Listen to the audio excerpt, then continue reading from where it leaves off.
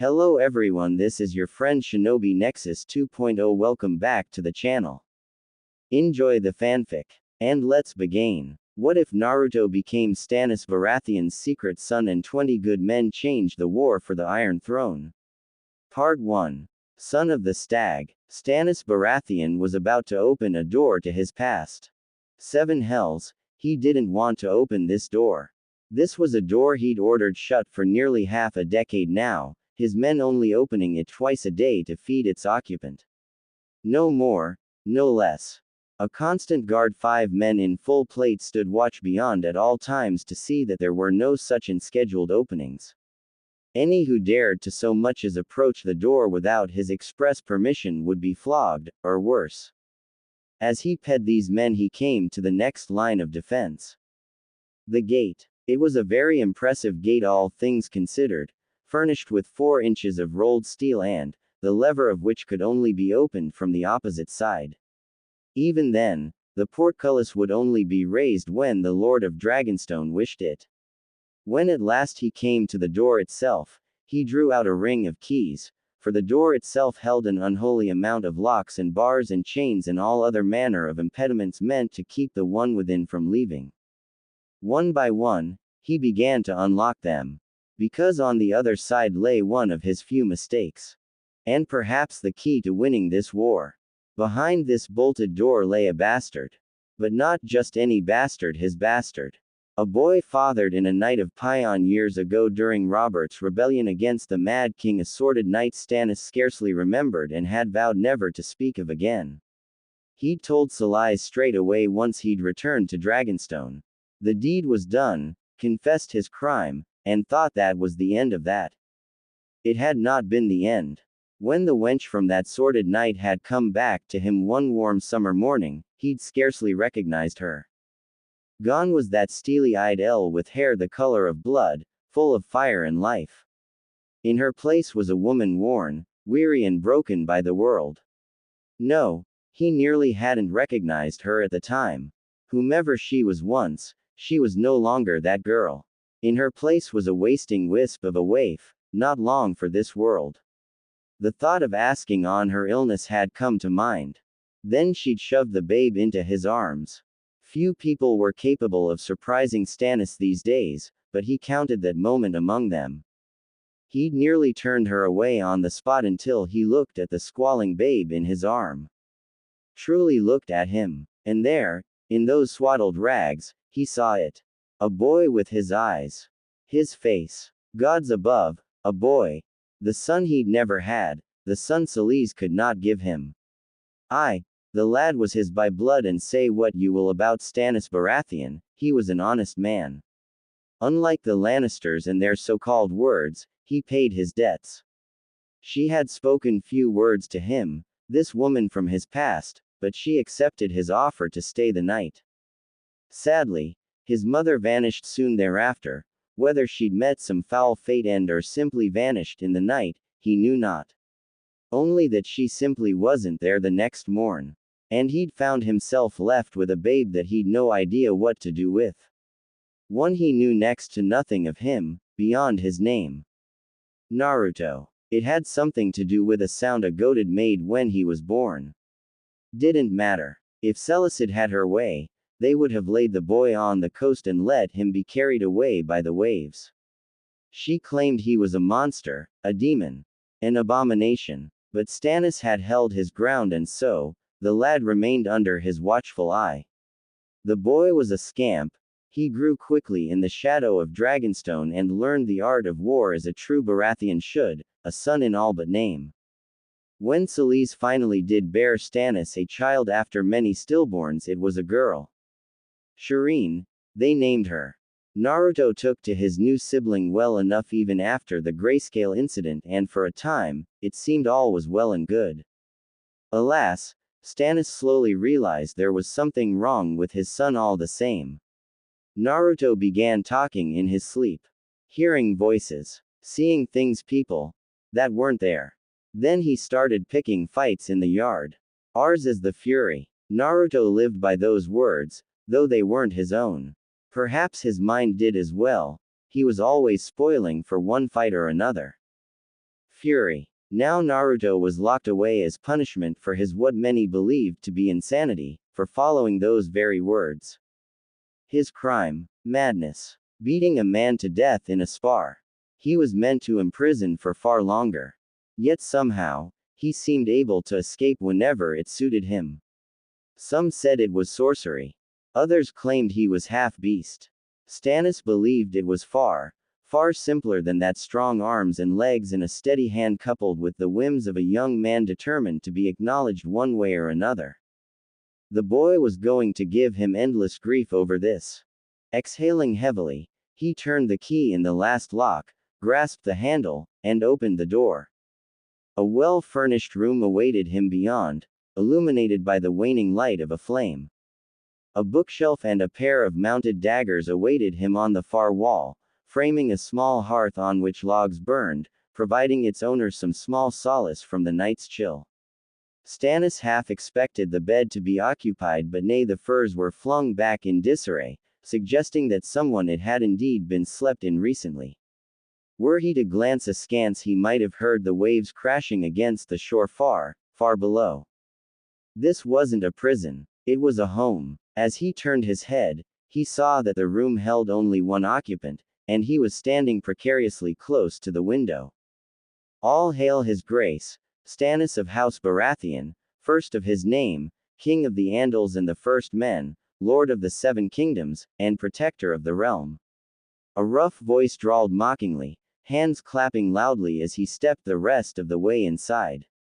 He visits me at last. What has it been? 5 years, this time. So hard to keep track when you've shut me away like this. Quote. As he waited patiently for the rant to end, the prisoner his son spun to face him. Stannis found himself gazing upon a stern-looking young lad with whiskered cheeks, clad in a dark black and orange tunic, bearing bright blue eyes and hair the color of living fire, much like his mother's. Blue eyes cut angry sapphire daggers at him. His jaw was set in a smile that looked entirely too false for Stannis's liking, bordering on outright menacing by comparison. He'd never been good with his children. Soldiers, yes. Battles, certainly, but he had no idea what to say to the young man standing across from him. You look well, son. He settled for a curt nod at his bastard. Naruto scoffed, crossing both arms before his chest. That's it. That's all you have to say to me. What would you have me say? Stannis challenged, anger getting the better of him. You put yourself here when you killed that man. Not me. Azure orbs flicked away from him. Says the man holding my keys. Enough. You are my boy and I'll not have this from you. Like hell I'm your son. Naruto snapped back at him through gritted teeth, eyes sparking like red coals. I'm your bastard. Your mad dog. Stannis didn't yield when the lad spun on his heel and stormed toward him. He only reluctantly palmed the hilt of his sword when the younger man advanced. The one you locked away because of an accident. A finger stabbed into his chest, accusing. Because you wouldn't even try to be a father. No, you'd rather lock me away than try to understand what I was going through. Stannis felt the conversation and the purpose of his presence here slipping away from him. Irritated, he tried to rally himself, marshal his resolve and. That's not bullshit. If looks could kill, he would have been a smoldering pile of ashes beneath the gaze of his bastard in that moment. I'm not a son to you, and I know it. The boy grit out, I'm your shame. His voice broke on the last word, crackling with emotion. His eyes were wet when he spun away, glimmering with unshed tears. A thorn of guilt pricked at Stannis and held him back from leaving. His stubborn pride wanted nothing more than to lash out at Naruto's words, to tell him that he was wrong. Nah. Get out. His bastard hissed. Now, listen. Get thee out. A beat of awkward silence ped between them, broken by the distant crackle of the hearth. Finally, someone broke it. You are my son, Stannis said at last, choosing his words with great care. Nothing can change that. Not you. Not your mother. Not Salais, no one. Not even you. Have I ever denied this? Did I ever mistreat you before or after your imprisonment? Bastard or no, I treated you like my own. When his son refused to say anything, he knew he'd won the day. Well, what say you? Bah. Naruto scoffed and turned away, his anger abating. You're a terrible father. Stannis shook himself mightily, quelling the urge to snap at him. In those words was more than a nugget of truth. He nearly choked on the word, I am.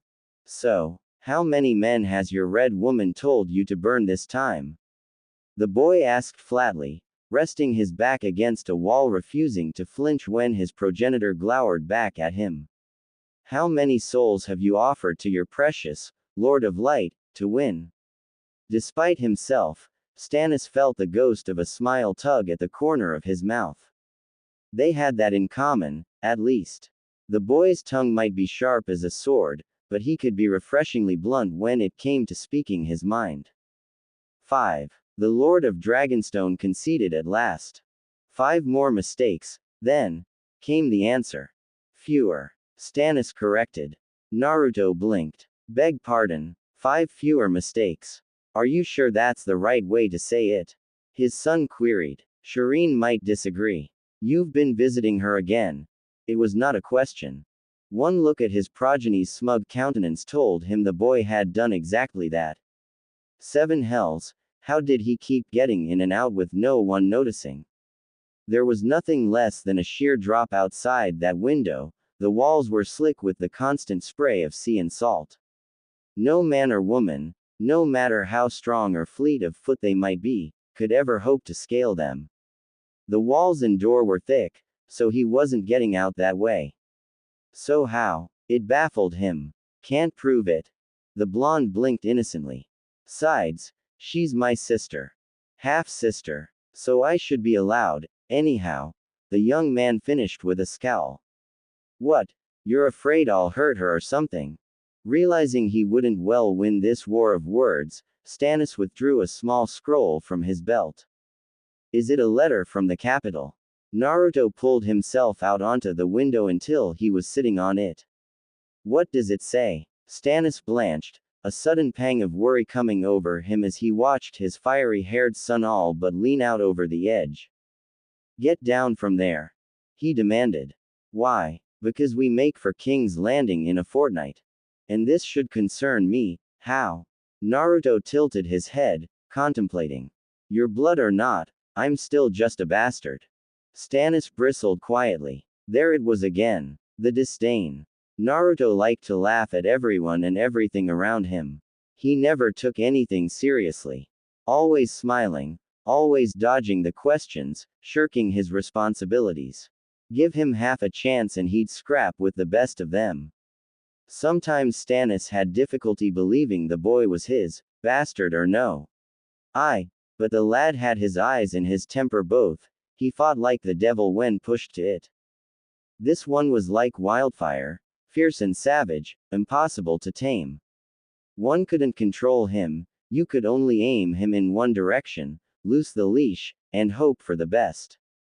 Sometimes you needed a bit of that when it came to battle. Better the devil you knew than the one you didn't. I have need of you, he confessed. Naruto frowned. I'm sorry, what was that? A hand rose, cupping his ear. Didn't hear you. Stannis shot the boy a stern look. If you're going to act like that, then you can stay at Dragonstone. After a moment of silence, he reluctantly amended, I need you to complete a task for me. At the boy's sullen look, he pressed on, driving home his brief advantage to the fullest. Do this for me, and I will name you my son and heir and free you from this place. Naruto slowed in his swaying. What? What did you say? Exactly what I said. If there was one thing that his son cherished, Stannis knew, it was recognition. He yearned to be acknowledged. Legitimized. Publicly. The surest way to gain his aid was to offer him just that. And if he did take the Iron Throne, he would need to name an heir. One Salais couldn't provide, but if he acknowledged Naruto, whose skill with knives was unmatched, Naruto who was old enough to marry, Naruto, who would beyond a shadow of doubt remain loyal, yes, that would work out well, very well indeed. So, Naruto began slowly, raising a finger, let me go this straight. You want to sack King's Landing. You want me to do what, exactly? Come with you. Can you still climb? Of course I can still climb. Naruto spit into a corner. How do you think I keep getting out of this bloody tower? Stannis glanced at the window, considering. If I were to tell you to bring me Joffrey's head, would you do it? He asked at length. If I were so inclined.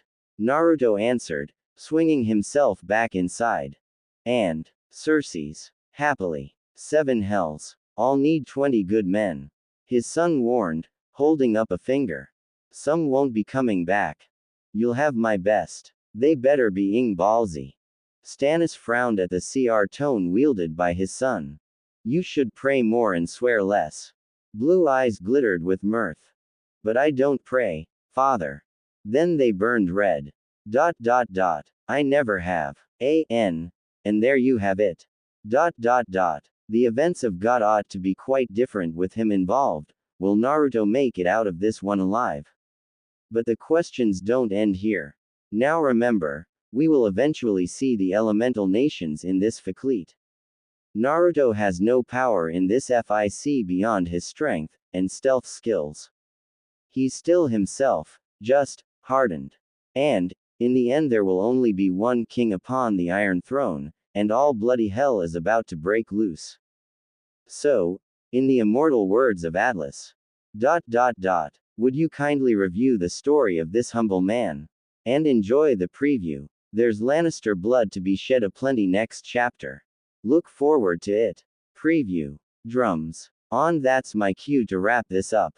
Naruto hummed quietly as he heard the distant cry from his perch on the battlements. His knives had already tasted Lannister blood more than once tonight, and the siege hadn't even truly begun. Alone, working from the darkness as a silent vanguard, he'd already inflicted more damage on Tywin Lannister's precious legacy than any of his father's SS would. It was imperative that they secured King's Landing before reinforcements arrived, which made his task all the more vital. 20 good men indeed. 20 good men were dangerous. Led by him, 20 good men were downright lethal. Doubtlessly his blades and theirs would drink their fill before the night was through. He paused, considering his next targets. The Hound.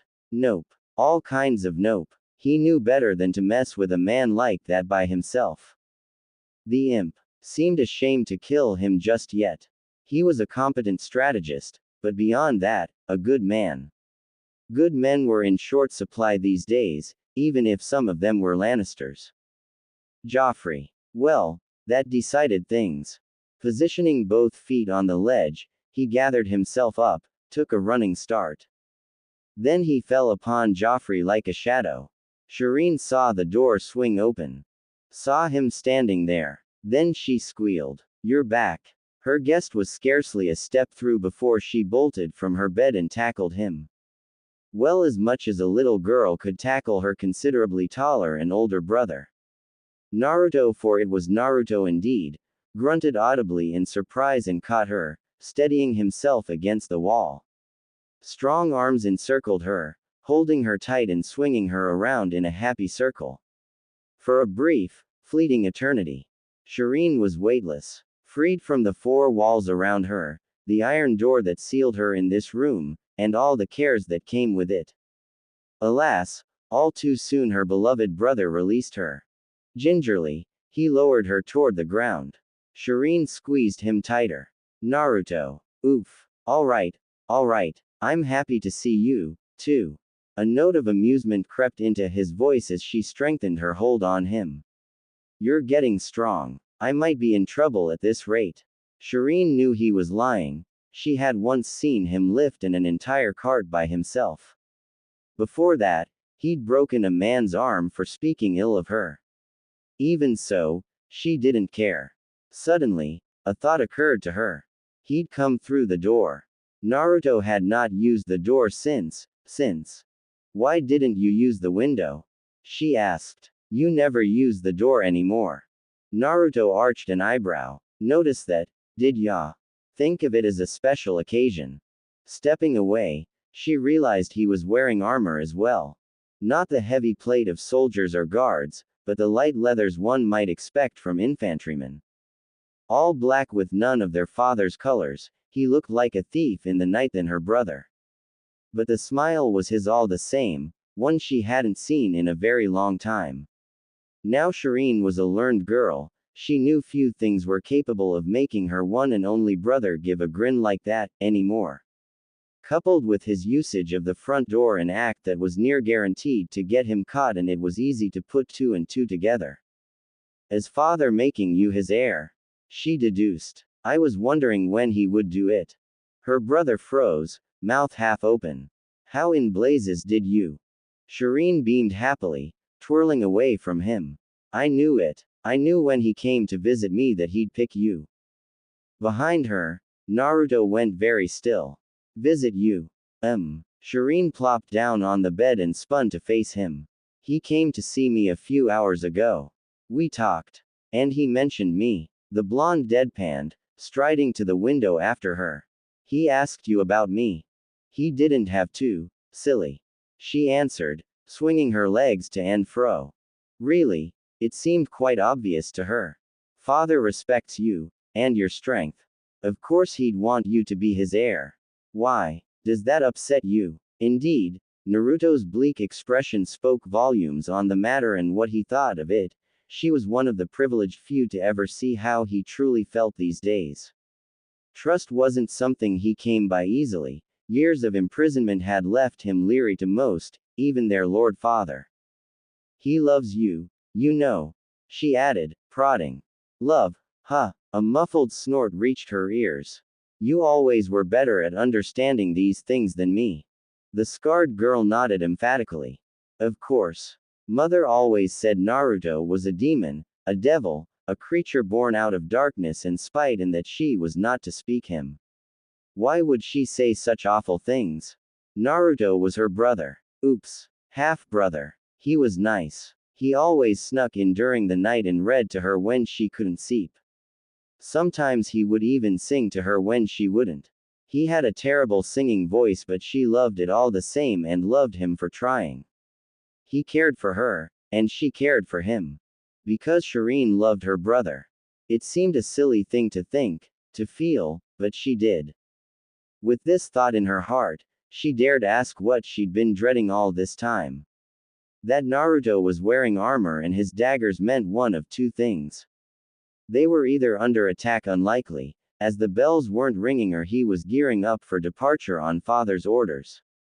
Neither thought was particularly appealing. Naruto might be stronger than most, but he could be hurt. She'd seen it before. He could get himself injured. Or worse. He could die. There were worse things to happen, of course. That eerie red woman could get her claws into him. Shireen shuddered at the thought. There was just something very wrong about Melisandre. She couldn't put her finger on it, but whatever it was, she had good reason to want to stay away from that woman. Thankfully Naruto felt the same, but the thought of him being out there alone away from her was nearly enough to make her nigh but mourn the truth, one that she already knew. Are you going away? She whispered. Full of questions, aren't you? Her brother laughed at her small fears, uttering a wry, bemused chuckle as he moved to sit beside her. Shireen didn't resist when an arm encircled her shoulders, didn't fight when he pulled her head into his chest. Her fingers fisted tight against his traveling leathers of their own accord, as though she could somehow stop him from leaving. It felt painfully like another one of his farewells, perhaps the last one if he was riding off to war for father's sake.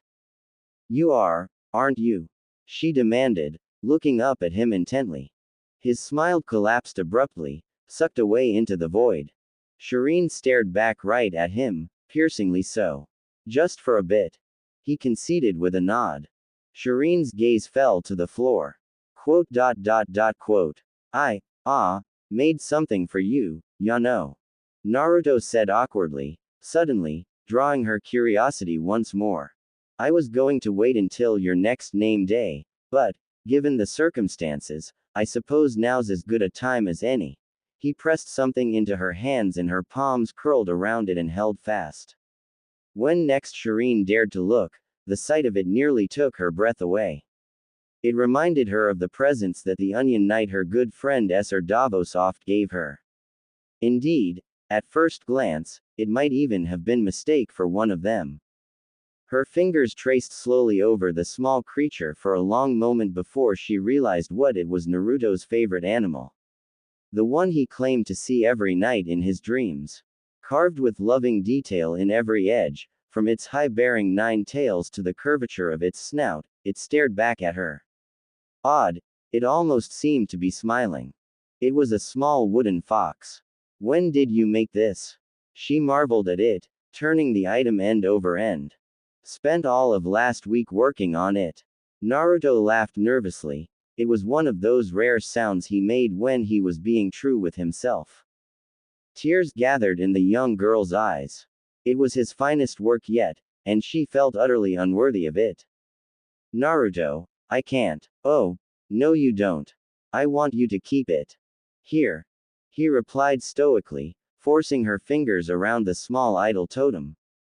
With his own. It'll keep you safe until I return.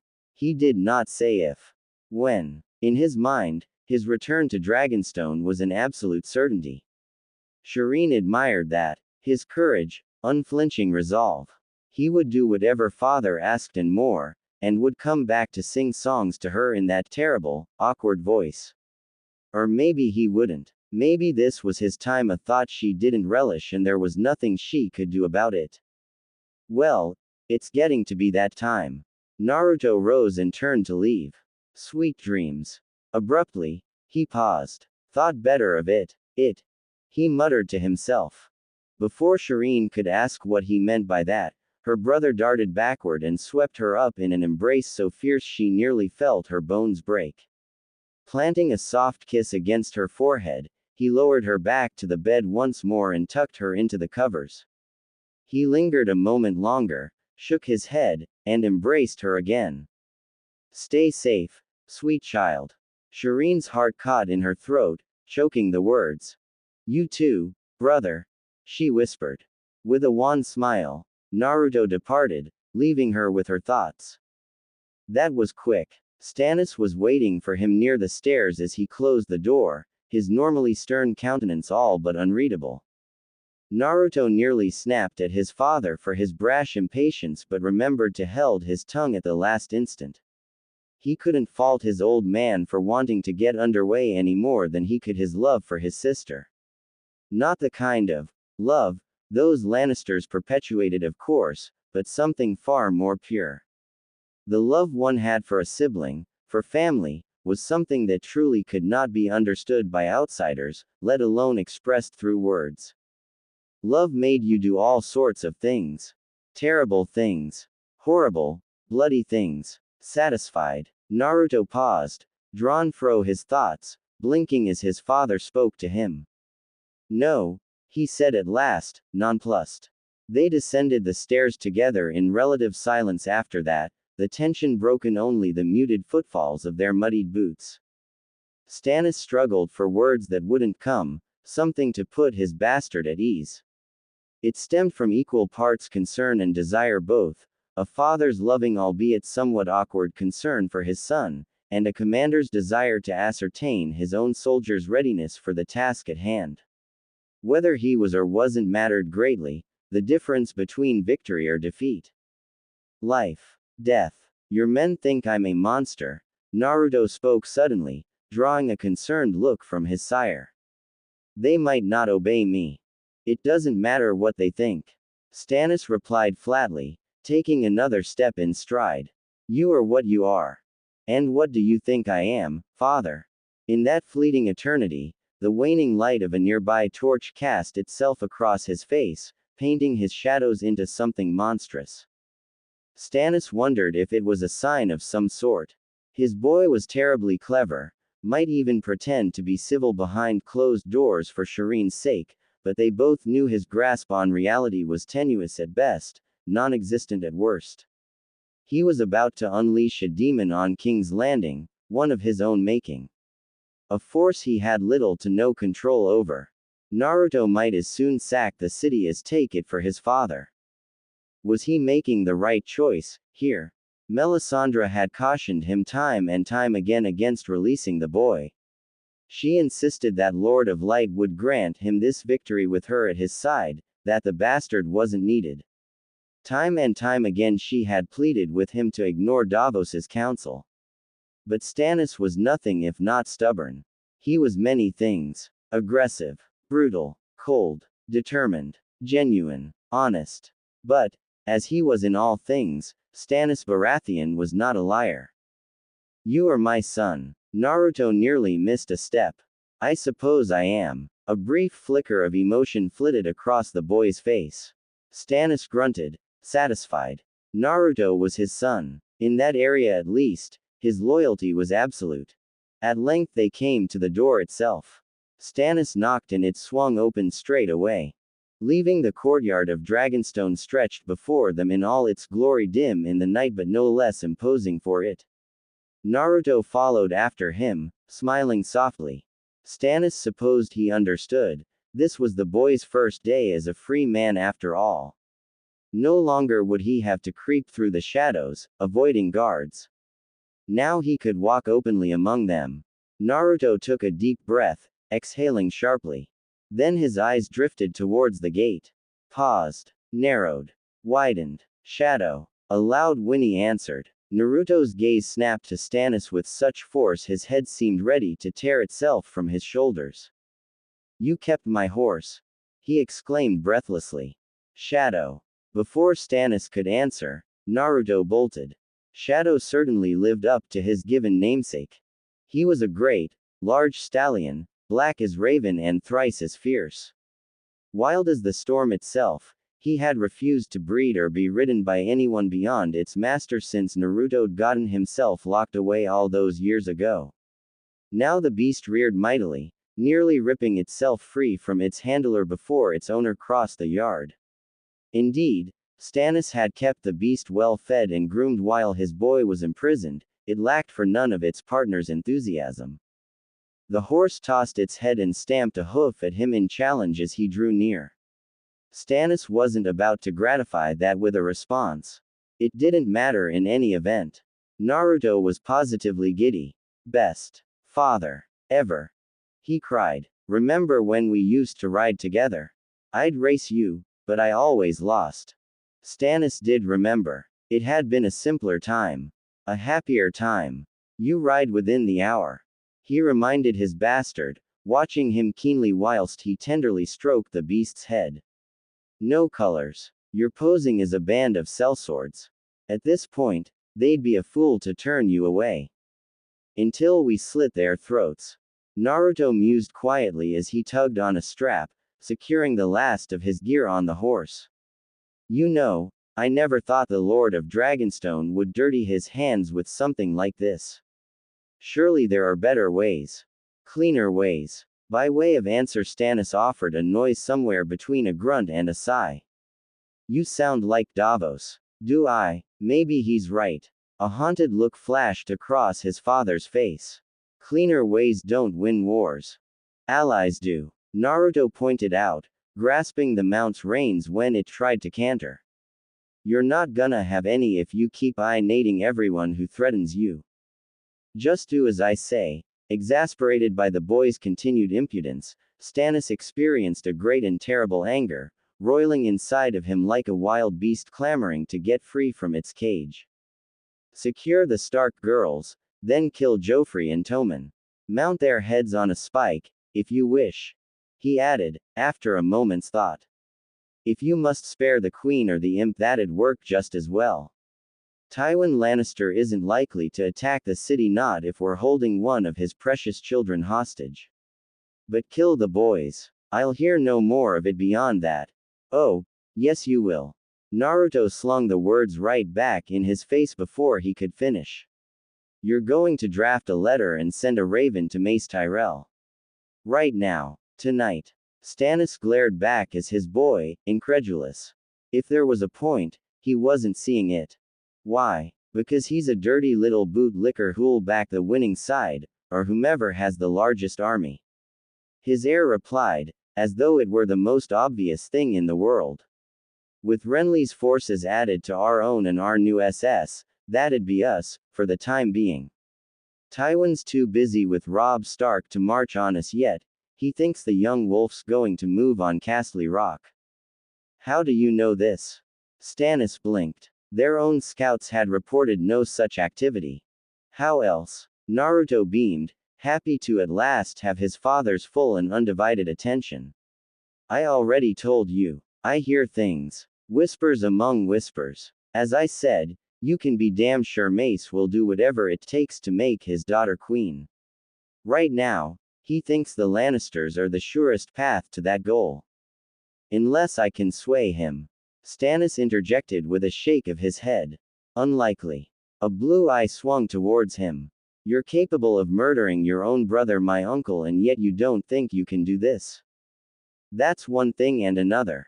No, it isn't. His son shot his protest down like a raven in flight. Marjorie and Loras may loathe you for what you did, but they won't defy their father. And you're proposing what, exactly? Now you're getting to the meat of it. Came the nod. Offer him riches, lands, a betrothal, whatever you please. On second thought, the blonde paused on a sudden, considering, better send that raven to his mother, Olenna. Those Tyrells may hate you for stealing their chance at royalty, but if you offer them another better opportunity, Naruto continued, shrugging on his cloak, even the Queen of Thorns will bite. All we have to do is bait the hook. And you think they'll bite? Ha! Naruto scoffed. I think we know who holds the real power in Highgarden. Whether out of fear or foolishness, they won't refuse us. But make damn sure you don't have Mace riding against you when you come to take King's Landing. If he joins forces with Tywin and attacks from the rear, you'll be smashed against the walls of King's Landing. A note of audible pain crept into the bastard's voice as they each considered this. I'm you, son, but I can't fight an entire army for you. I may be good, but I'm not a miracle worker. You'd be willing to marry Marjorie, then? Naruto made a gagging sound. No. But I will do my duty. I seem to recall you saying the same to Walder Frey, once. Stannis mused thoughtfully. When he offered you one of his daughters. You turned him down in the end. The boy shuddered visibly. Don't speak of him. I'd kill that old lech if I could. You were 7. Naruto snarled crossly, and if I knew how to use a knife back then, I would have shoved it right up his. Any more suggestions? Stannis quipped dryly before the young man could continue. As a matter of fact, yes. Naruto replied thoughtfully, his brief flash of anger fading. Robb Stark. The brief flicker of amusement Stannis had once felt guttered out at the mention of that name. Oh, he didn't like where this was going. Not one bit. What about him? You need to make peace with him. Naruto pleaded earnestly. Before your alt. The young wolf. He is no ally of mine. Stannis bristled coldly. An upstart pup who's bitten off more than he can chew. He'll be crushed. Just like the others. Is that so? Naruto guffawed openly, exploding into scornful laughter. 7 hells, father. If he's an upstart, what am I? I'm only a few years older than him and you're sending me to attempt regicide. I'll not hear of it. That was the wrong thing to say, Stannis realized at the moment those words burst from his lips. He wasn't accustomed to his children talking back to him. His son had gone beyond that, to outright questioning every bit of his authority. Where Shireen was happy yet silent in her protest, Naruto was determined and fierce, easily provoked and driven to anger. Which was precisely what he'd just done. Oh, I get it. Like a spark to fire, the whiskered warrior drew back, incredulous. Is that all I am to you, then? A blunt tool, a silent hammer to smash against your enemies. Don't turn this on me. Stannis warned. This isn't about you. But it is. That's the truth, isn't it? Naruto challenged, clicking his tongue. You don't want me to advise you, you just want me to kill for you. No more. Get off your high horse and listen to me for once in your life, old man. His only son rounded on him with such vehemence that the Lord of Dragonstone nearly drew his blade outright. He only wants the North to himself. And can you blame him? That little twat of a Lannister took his father's head, and holds his sisters captive, tormenting them daily. He's as much an ally in this as any.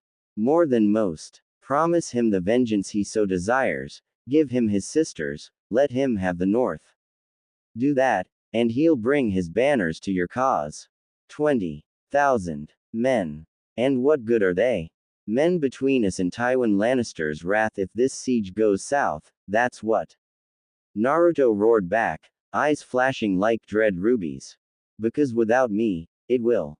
With that, the boy's outburst abruptly ended and silence rushed in to fill the void. Falling over the two Baratheons like a wet blanket, thick and cloying. Stannis glared at his son with a thunderous expression and Naruto returned it with a blaze of his own. Just as it had been back in the sealed tower, it seemed that neither would yield. At length, one spoke. I, Naruto growled, will do as you ask. I will send a raven. Stannis relented to common sense with a sigh. At Naruto's smug expression, he hastened to add, on your head be the consequences if he or Mace Tyrell refuses. He almost hoped that they would. If Naruto's incredibly unlikely idea did succeed, he'd never hear the end of it, even if he did take his rightful place on the Iron Throne. I know men almost as well as I know women, father. The blonde said, his soft voice hard. We only have to plant the idea. Now, if you'll excuse me. He spun back to Shadow without another word and yet another beat of silence forced itself between them. Stannis nearly growled in exasperation. How did this boy always manage to make him look like the villain? It was ridiculous. He didn't deny that the boy was just like his mother, as sharp with the sword as he was with his wit, but this pushed boundaries, even for him. This all hinges on you. With nothing more to say, he found himself driving this point home once more. Make me proud. For a moment, Naruto seemed to consider those words. Then those blue eyes hardened into diamonds. I will do whatever is necessary. Stannis grunted quietly. Good. He'd never been any good with open displays of affection, even in his youth. War and rebellion had hardened him, forged his body and soul like iron. But he loved his children, even if he didn't truly know how to show it. Even so, he surprised himself with his own actions. Naruto started. The first open act of emotion on his father's part shocked him greatly. The firm embrace lasted all of an instant, but the look of utter consternation and utter befuddlement on the lad's face was well worth it, he decided. Try not to burn the city to the ground. A hand lingered, grasping the boy's arm. Naruto grinned. I learned from the best. In the end, the Lord of Dragonstone relented, watching with a practiced eye as his only son and heir waltzed away from him, capering towards the men he would soon lead into battle.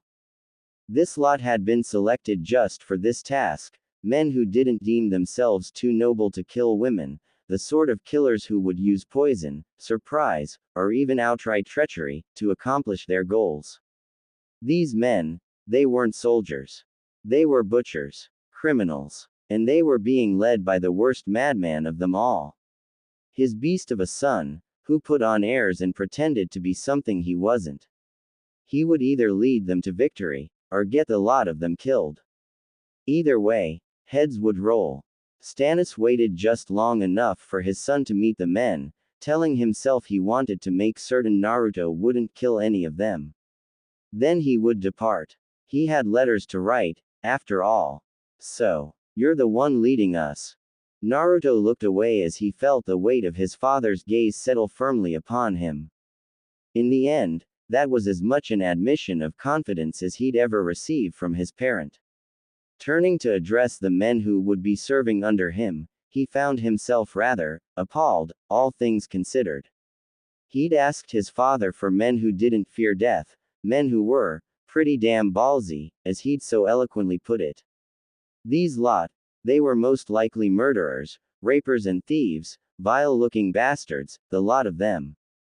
The Goliath who'd spoken proved no exception. He was a tall one, a great big brute of a man standing nearly 2 heads taller than him, bearing an equally large axe. Naruto imagined this fellow might give the mountain a run for his money in that area alone. He certainly had the personality down pat.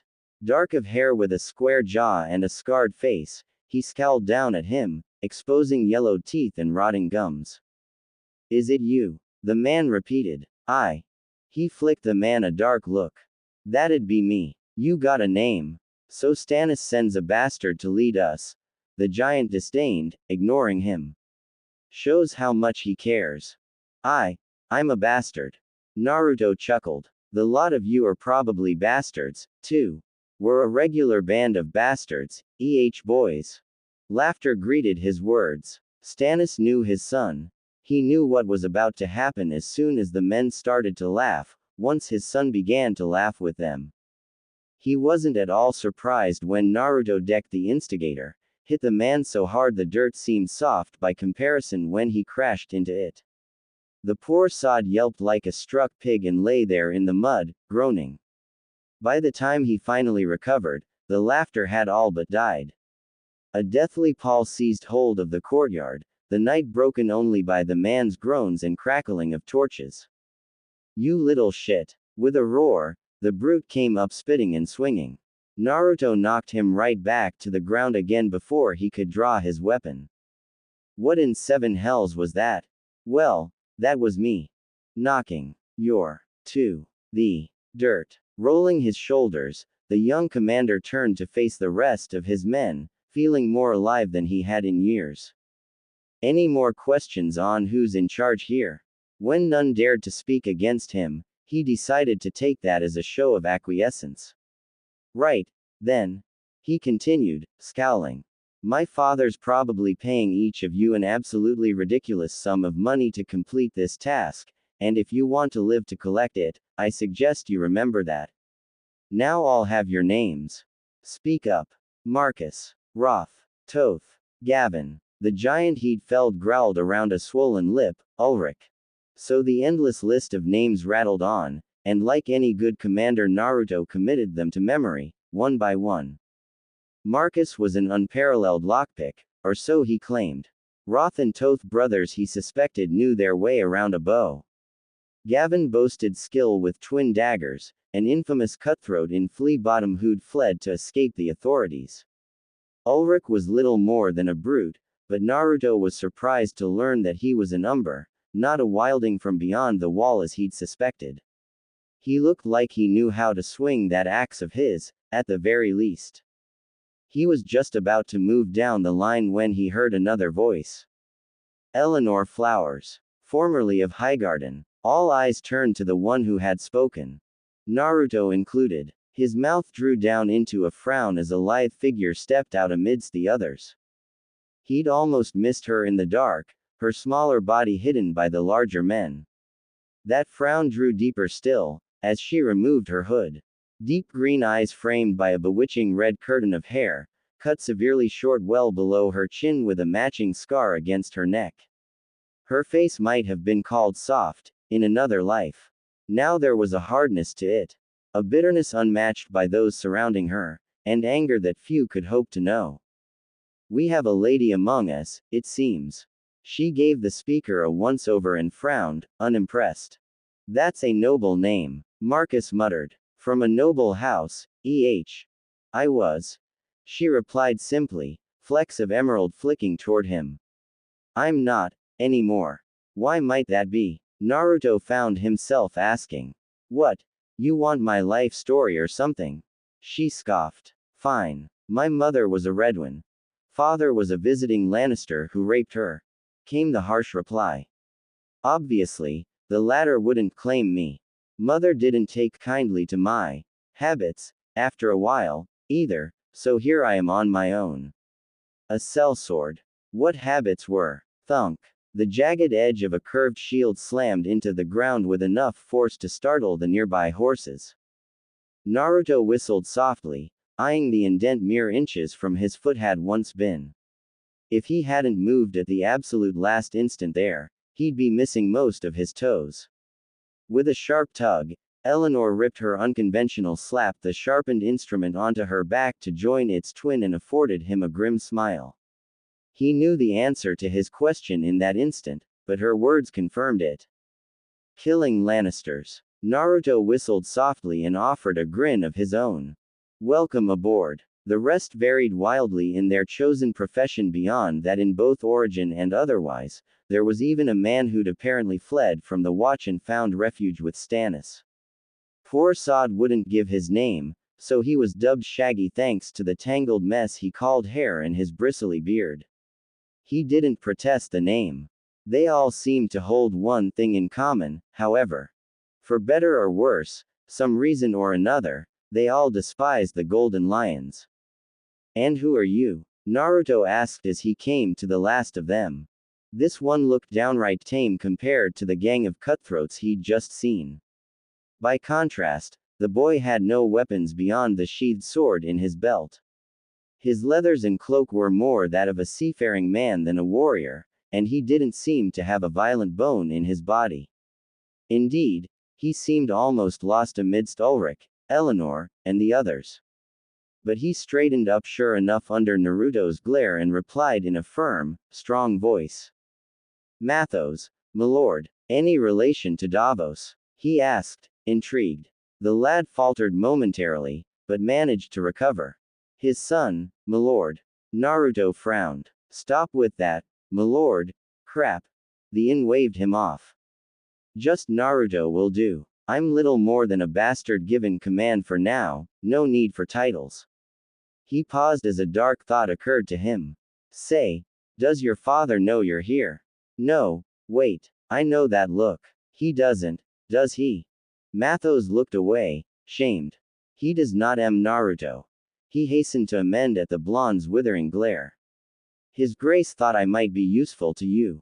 Useful how? I know how to sail, that is, my way around SS, and I'm good with a sword.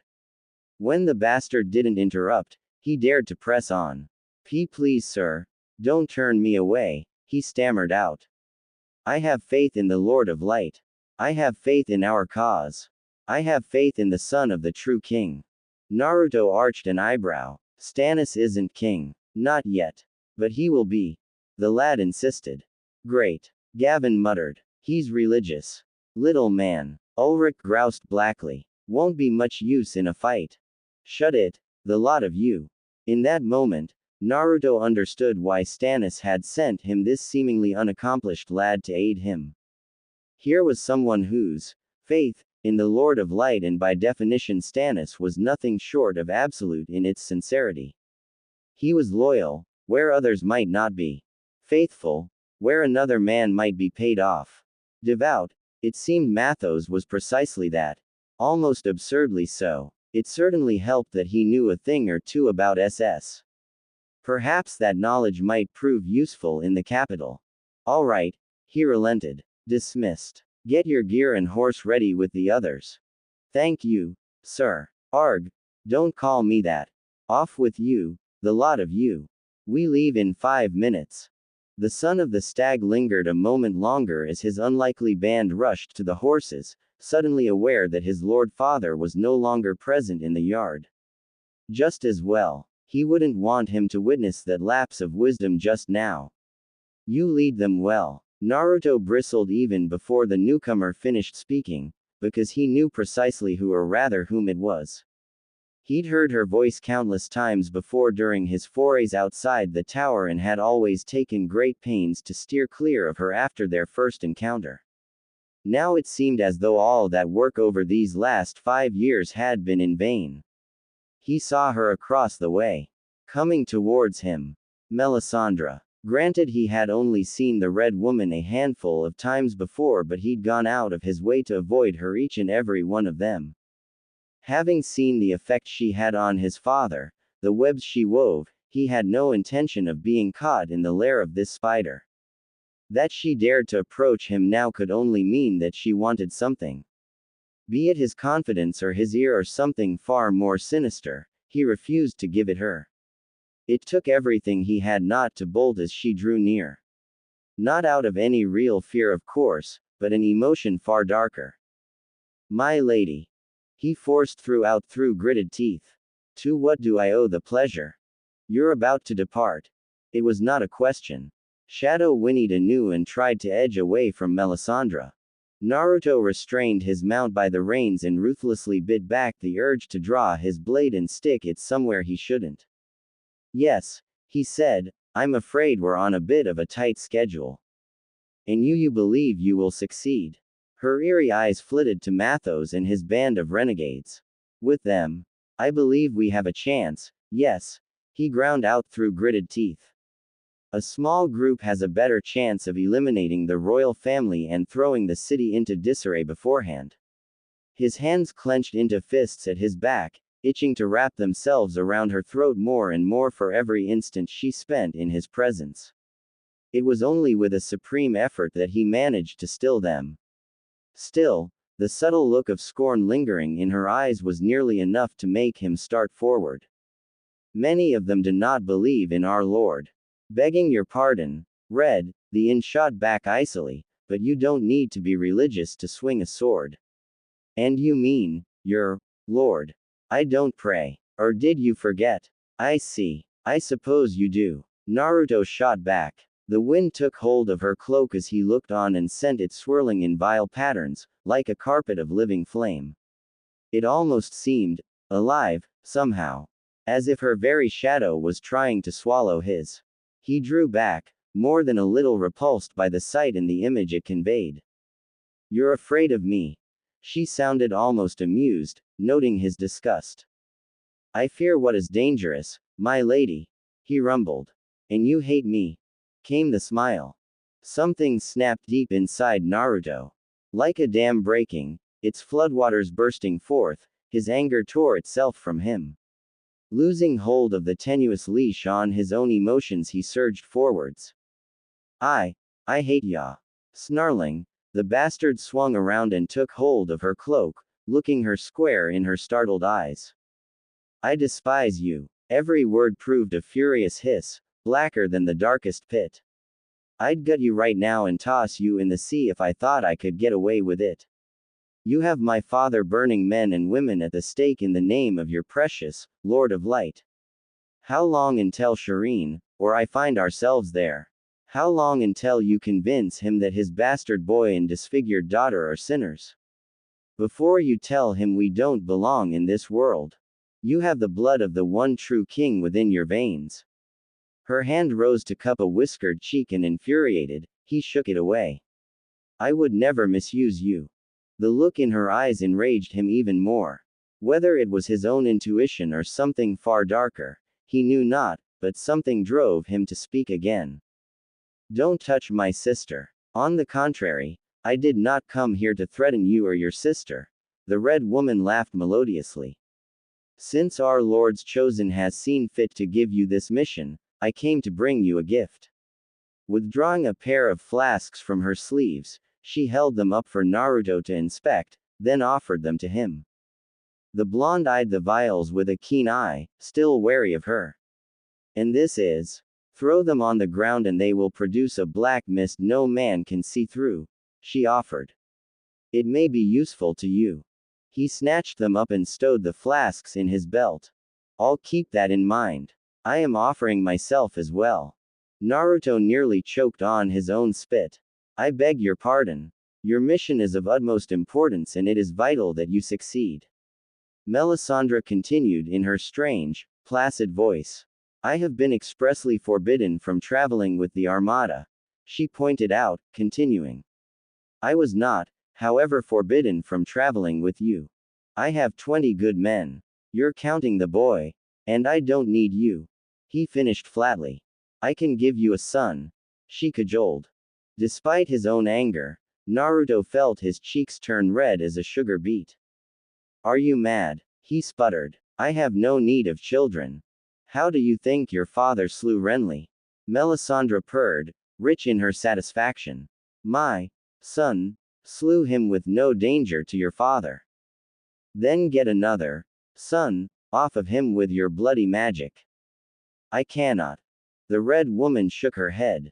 The process will likely kill him. I would require someone else.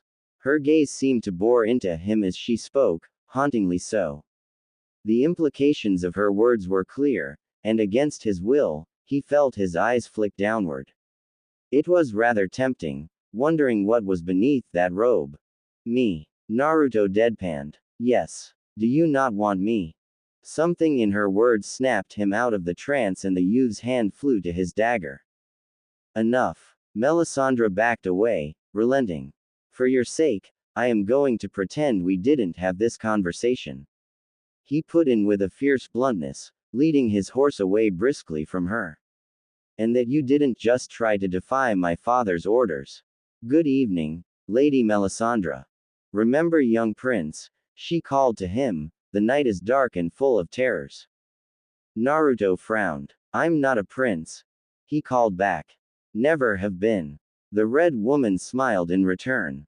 But you will be. Her words chilled him. Setting his mount into an easy canter, he started towards the gate where the rest of his merry little band had gathered.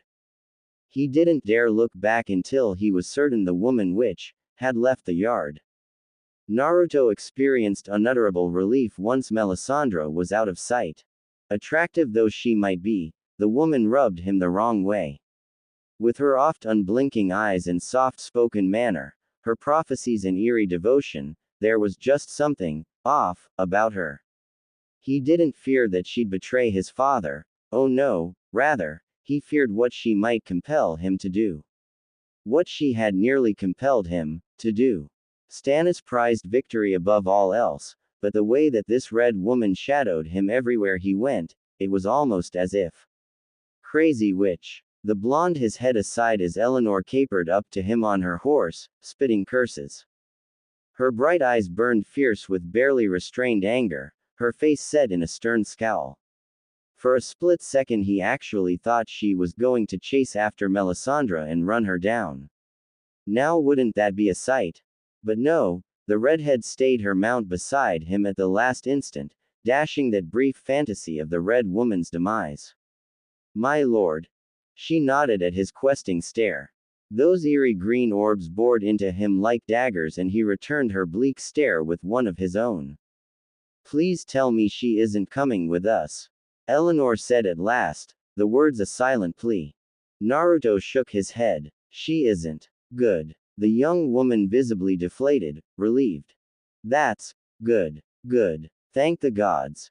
She shook her head slowly, the motion sending her scarlet tresses swirling, lofting around her head like a halo. In that instant he thought he saw something in those haunting green eyes, a flash of vulnerability gone with the breeze. Whatever it was, it vanished when next she looked at him. Curious, the bastard stayed his feet. Her reaction was nearly identical to his own, as, you have something against her. Don't have to. She's a red priestess. Eleanor spat viciously on the ground and threw a wild look at him. We have a more colorful word for them back in Highgarden, my lord. I can't imagine what. Naruto sighed. And why must everyone call me that? I'm not a lord. Take it from someone who knows, once a lord, always a lord. Her horse stamped a hoof impatiently, and the smirk disappeared into the dust. Shall we, then? By your leave, my lady. He snarked back. That almost got a smile out of Eleanor. Maybe you're not so bad after all, my lord, she answered loftily. Let's see how well you can ride. Naruto grinned at the challenge. Now's as good a time as any, I suppose. Mounting his horse, the son of the stag cleared his voice and spoke in command. Hear me. Heads turned as the thunderous shout of his words pierced the yard, demanding attention. It was a trait inherited from his father. He knew how to take charge. How to lead. Naruto took a small moment to savor the full weight of their attention. It was a rich, heady feeling, being in command again, and the darkest part of his soul thrilled at the prospects of the impending slaughter to come.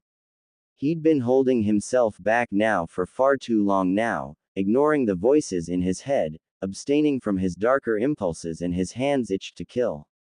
Soon. Come with me, and lay lions low. He cried, drawing his blade. Come with me, and take King's Landing.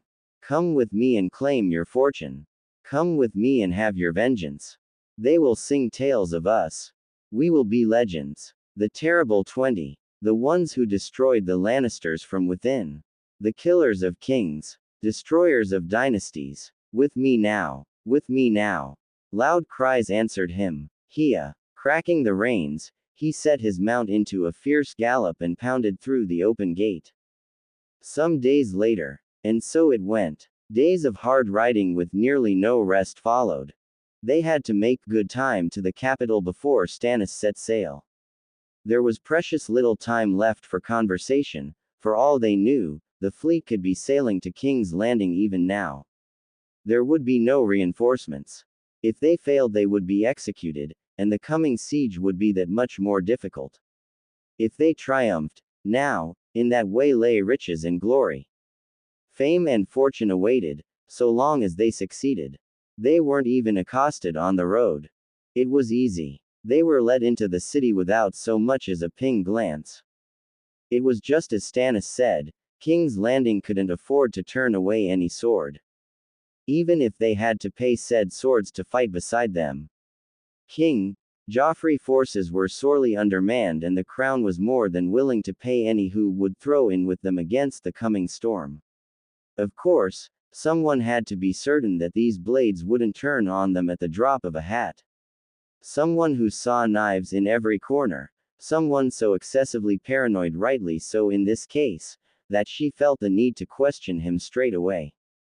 Almost too easy. So really, Naruto wasn't surprised to find himself trussed up in the middle of the night, yanked out of the inn, and brought before the queen herself. Eleanor hadn't been happy about the interruption at that either. The guards had chosen perhaps the worst possible moment to interrupt while she was atop him. He'd barely had time to bar the door and shimmy into something resembling his armor before they'd broke in. It was a piss-poor way to ruin what had been shaping up to a fine evening. What? He was a man. A man had his needs. It helped that the son of Stannis had been expecting just such a thing, of course, given Cersei's reputation. She wasn't half as smart as she thought she was. A lesser man might have been horribly frightened by the whole ordeal, but he'd lived through far worse. He'd been beaten, burned, stabbed, shot full of arrows, fallen from incredible heights, and lived to tell tales of them all. By contrast, a little late-night roughhousing meant nothing to him. It was all part of the plan. Rough hands flung the door open and hurled him down on the floor just a touch too harshly. Adding insult to injury, someone slugged him from behind when he tried to find his feet. His head kissed the marble floor with a loud crack and he tasted acid in his mouth. Blood boiling, Naruto narrowly managed to restrain himself and feign weakness instead of ripping the man's lungs out of his ugly mouth. Not now. So, he lay there, groaning softly, pretending to have no strength at all. This is the one. A rich, cultured voice like poisoned honey trickled into his still shrinking ears. Not very impressive, is he? Afraid so, Your Grace. One grunted. Didn't even put up a fight. Make him stand. Came the command. He didn't need to see to know that his tormentors were smiling. All right, you, get up. A hand drew back to strike him again. And Naruto lunged upward and slugged the man with enough force to shatter his jaw like GL. He was out before his boneless body hit the floor. Cursing, his partner spun and moved to draw his blade, only to find his very sword arm wrenched down with an agonizing crack. He didn't have a chance to scream before a back fist drove him to the floor and into blackness. Two men, beaten in twice as many seconds. And not a sound was to be heard. Pausing to inspect the fruits of his latest conquest, Naruto took a step back and bowed gracefully. Greetings, Your Grace. Perhaps, now that we've gotten the riffraff out of the way, we could dispense with the formalities. Cersei Lannister scowled. Naruto simply smiled and awaited her answer. In that time, he took stock of the Queen Regent. Hair like spun gold. A dress of Lannister red, with more gold. UCK. Finally, after what felt like an eternity, he was able to lay eyes on the one responsible for all this trouble for getting his blood up in the first place, only to realize she was no one at all. Just a simpering woman who acted as if she had all the power in the world when she really had no claim to it all. Nothing. At all. He tamped down the instinctive surge of resentment upon realizing that this fool of a woman had allowed Ned Stark, whom he'd nothing but good things about from his father, to be slain in cold blood while she stood mere feet away. This was the mother of King Joffrey, little shit, and a woman who couldn't control her children was worth less than dung in his eyes. A parent was meant to counsel and console a child, not give them free rein to do as they pleased. Stannis had raised him with a firm hand, and whenever he'd gotten into trouble, the fault had been his own. In that moment, he did have one positive thought of the Queen, however. She had nice cheekbones. I should have you arrested. The Queen's gaze flicked to her two remaining guards, neither of whom dared to approach this suddenly dangerous interloper. You've vaulted my guards. Ha! Some Kingsguard. Ah! But there it was at long last, that same scornful expression he'd been expecting ever since he'd left Dragonstone. Naruto found he wasn't surprised by Cersei's replies. If anything, the Queen's less than subtle threat amused him, for he had heard worse highborn threats before from those who were actually willing to back them up. I did, he admitted handily, nodding in admittance of his guilt. But to be fair, they alted me first at the inn. He loosely nudged one of the unconscious men with a boot. While I was having with a very lovely woman, mind you. You are a lovely woman yourself. The words slipped out before he could think to stop his tongue or himself, for oh, he was enjoying this far more than he should. Surely you understand how it feels to be interrupted during such activities. At this remark, Cersei's eyes became thin, angry slits of green. What are you implying? Nothing at all, my lady. Oh, he was implying many things. Merely that one does not enjoy life long without a lover. You must be lonely since His Majesty died. Ah, perhaps he'd gone a bit too far there. Brother. Despite the danger, the words danced at the tip of his tongue and he longed to speak them, if only to see her expression. Honestly, betting your own brother was nearly bad enough, but to have children with them. To place a product of incest on the throne and let him do as he would. Who did that these days? Dark and twisted though he might be, even he had limits. Apparently so did the Queen, because she all but exploded out of her chair, fair purpling. You come here, into my city, my home, and insult me. She shrieked. You dare make threats? I'll have your head. Threats, your grace. Naruto forced an innocent blink. I am a humble sellsword. I do not make threats. People pay me to kill other people. Threats, he repeated, shaking his head. No, I nothing of the sort. Promises, now, those are a different matter. Cersei's mouth twisted in a rictus of disgust and fury at this remark, made absolutely livid at the subtle jab. And Naruto was left once more to wonder at the mindset of this woman, a queen who acted like an impetuous little girl, flinging threats that held little to no weight for him. In all his years of experience he never had the privilege to meet royalty before. He'd been cooped up at Dragonstone like a badge of shame ever since the incident. Suffice to say, he was not impressed. Some said the Lannisters shit gold. Cersei certainly had golden hair and she was indeed beautiful, but in person she looked like a very harried woman who drank entirely too much for her own good. He couldn't help but wonder if her grace was already deep into her cups when she demanded his immediate presence here. He was suddenly immensely grateful that Eleanor had prevented him from bringing his weapons. They'd surely have been taken from him, and then where would he be? Unarmed. Granted, he was unarmed now, but at least he knew his gear awaited him once he escaped. If he escaped, not that it mattered, he was wholly confident he could snap the Queen's pretty little neck with his bare hands if it came down to it. Evading the guards was another matter, but one he still remained confident in. But, As much part of him wanted to simply lunge across the room and end her life at this very moment, he recognized the ill timing of such a decision. Now was not that time. Putting promises aside, to what do I owe the pleasure of this unexpected audience, Your Grace? He asked amicably, sidestepping her ire as easily as one would a large log. My men and I only just entered the city and I'm afraid they're not presentable at the moment. I was going to present myself to you on the morrow and ask for you, but. Get to the point. The words were a hiss. Swallowing his laughter, Naruto bent the knee before her. I wish to offer myself and my men into your service. Cersei blinked, but recovered quickly from the shock of his proposal. Her reaction was much as he'd expected. Kill him. Meanwhile, miles away, Robb Stark was not a man of conviction.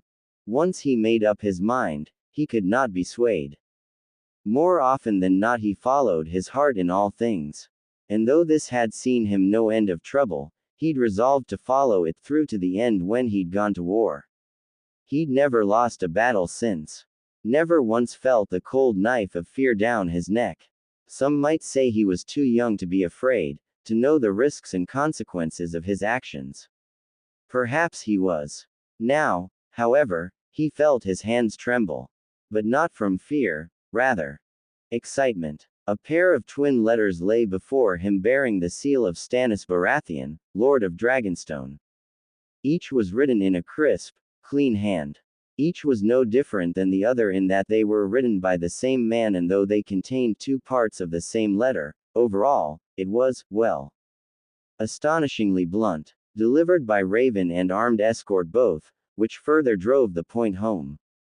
Whomever had written these letters, and he knew well by now whom, had wanted complete and utter assurance that the message reached its intended recipient.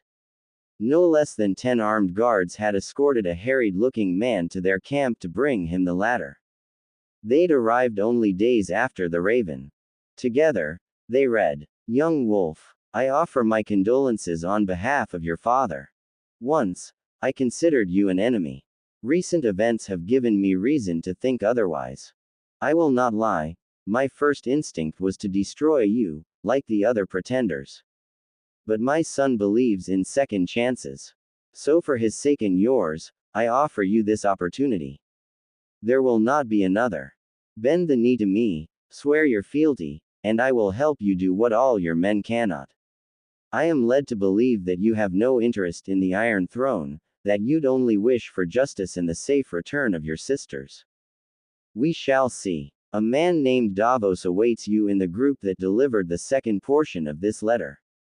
He is trustworthy. Give him your answer. If deemed satisfactory, he will send a raven to me and we will plan from there.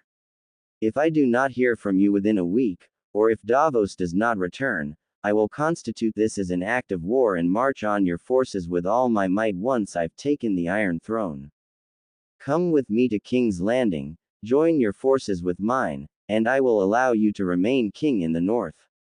I will not force Sansa nor Arya to marry my boy. They will be returned to you, and such matters fall under the realm of your house, not mine. Come with me and take back what the usurper has stolen from you. Come with me and take this city. Take back your pride. The choice is yours. I await your reply. The one true king, Stannis Baratheon." Yes, blunt was the best way to put it.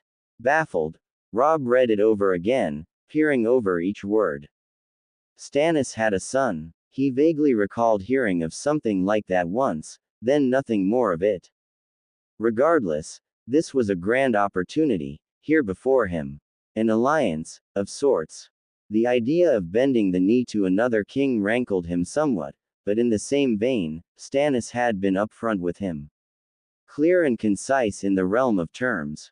All he had to do was bend the knee and ride to King's Landing with him. But a thorn of doubt pricked at him and held his hand back. Stannis had more than 100,000 men at his back. And now he wanted his. Did he dare trust him? Stannis was an honest man. It wasn't in him to betray someone. He knew that much. But did he trust him? He knew he didn't have enough men to take King's Landing. Not on his own. Not yet. And what if he refused? Stannis outnumbered him 10-1. If he didn't, they'd be crushed like an ant beneath a giant's boot. Did he dare drag out this war any longer on the matter of pride alone, when such an easy victory was offered unto him? Winter was coming. His bannermen grew more and more restless with each ping day. They wanted to go home. And once word about Talisa got out, he'd lose Walder Frey's support. In the end, the answer was obvious. Rising, he opened the flap to his tent and called for a guard. "Bring Esser Davos to me," he said. "My lord, I have an answer for him." Back with Naruto. Is this really necessary? Naruto hadn't moved when the remaining Kingsguard drew their blades. Nor had he blinked when they began a slow advance towards him. He'd remained standing there all the while, hands clasped behind his back. His eyes never left the queen. When they were finally within range, he unclasped them and sighed. A sword ped through the space he'd been standing, nimbly dodged in a flowing retreat. One of the guards frowned and made a second attempt, only to find empty air, not blood at the end of his blade. "You're going to be difficult about this, I see." "I'm afraid I am," Cersei sneered. "I'm more inclined to send them your head instead. I do not believe that would be entirely successful, your grace." Naruto restrained a thin smile of his own. Stupid woman. Did she really think she could intimidate him? He had no concern of his 20 being bought. You couldn't buy hatred like that, or loyalty. It made them difficult to control at times, but in their days on the road he'd come to understand that his unlikely band wanted nothing more than to see Lannister heads mounted on a spike. Really, it was almost frightening, or it would have been if he wasn't so used to the concept. "Do you?" she snapped waspishly. "How so? You would not be able to take my head, because I, unlike that child beater behind you," Blue Eyes drifted to Esser Marin Trant, "I am an accomplished killer and I practice, regularly." "So, no," he answered stoically, for in that at least, he spoke the truth. "Your guards would die terrible, horrid deaths long before they could lay hands on me, and there isn't a damn thing you could do about any of it." Naruto finished with a demure smile, watching her face purple all the while. Let her hate him. Let her seethe in her spite. In a few days, it wouldn't matter what she thought of him. "You are unarmed, and I have 2 men with their swords drawn," she exclaimed, irate. What could you do? But for now, he had a role to play, and he aimed to play it well. "Might I demonstrate?" Naruto inquired, smiling. "You can at least let me defend myself against one of your men." "I don't think so. I need only your writing quill," he interjected. Cersei fixed him with a flat look. She didn't believe him. Naruto didn't expect her to. He'd killed a man with less. Of course, she didn't know that. How could she? "You have 2 more guards and I am unarmed," he pointed out quietly, shrugging. "You said so yourself. What could I possibly do? If I fail, I die. If I succeed, then you still have another guard by which to slay me. But you won't. And why not? Because you're going to hire me in a moment." Silence stretched between them like a band of rubber drawn taut and about to snap. "Oh, very well," she sighed at last, waving one of her men away. "Humor me before you die." Naruto nimbly caught the quill in hand and took 3 steps backward. "You heard him, Esser Marin," Cersei said, indicating the very child beater he'd spoken of. "Prove your worth. My lady, if looks could kill, the man would have been a smoldering pile of ashes on the floor." "Kill him, you fool." Naruto drew back an arm, smiling. "Any last words, friend?" The Kingsguard laughed. "You won't be able to. Do I have your permission to kill him, your grace?" The blonde continued, ignoring the abuser's ineffectual rant. Cersei arched an eyebrow, intrigued. "He couldn't possibly." "You may try." Trant balked. "What? Good." Naruto spun and hurled the writing implement with all his might before the Kingsguard could finish. The resulting was nothing short of spectacular. The quill leapt from his hand like an arrow from a bow, slicing into Ser Marin Trant's unprotected throat as a knife would through butter, burying itself deep and cutting off his cries entirely. The armored knight gurgled in surprise, gawking at the hole in his neck, struggling to decide whether or not to pluck it own. Until Naruto did it for him. In a single liquid movement, the blonde crossed the room and reached around, plucking the quill from the man's neck and opening his throat. Then he slammed it into his forehead. Ser Marin Tranar tottered for a moment, eyes rolling in the back of his head like broken marbles. Then, as if at some unseen signal, he collapsed face forward. Forced through his skull upon his awkward landing, the impromptu dagger emerged into a grisly red spatter through the abuser's skull, spattering the floor crimson in gore. Cersei gawped, mouth working wordlessly as the scarlet stain crept across the floor. She had felt the impact most keenly, as if she had been the one slain, not her guard. The remaining man looked like he was about to soil his breeches. Instead of attacking, however, Naruto merely raised his hands, showing himself to be defenseless once more. If I can do that with a pen, imagine what I can do with a sword. The once pleasant words became a growl by the end, his calm eyes dark and angry. If I wanted to, I could kill you right now, and you wouldn't be able to stop me. Then I'd kill the next man who came through that door, because you would scream when you died. And the next. Eventually I'd escape, and then I'd do the same to anyone who ever crossed me. Would you like that, Your Majesty? Thusly rattled, the queen eyed him warily. I would not. What do you want? As I said, I would like to serve you, Your Grace. Money would be nice, I suppose. Naruto returned to one knee, bowing and kneeling, lying and scraping as if he had been born to it. But what I truly desire is simple acknowledgement. The chance to be a part of something greater than the life of a sellsword, to be a part of history. These men, his eyes rolled disdainfully in the direction of the quivering guard, they are not men. They are boys in armor, boys who will die defending you when Stannis comes, because they are not warriors. You will die. Your children will die. After a moment, he added, there is nothing wrong with protecting those you love. Now came his least favorite part. The waiting. For a moment, Naruto thought she'd call his bluff and have him killed anyway. He hadn't been lying when he claimed he could kill her and her guards.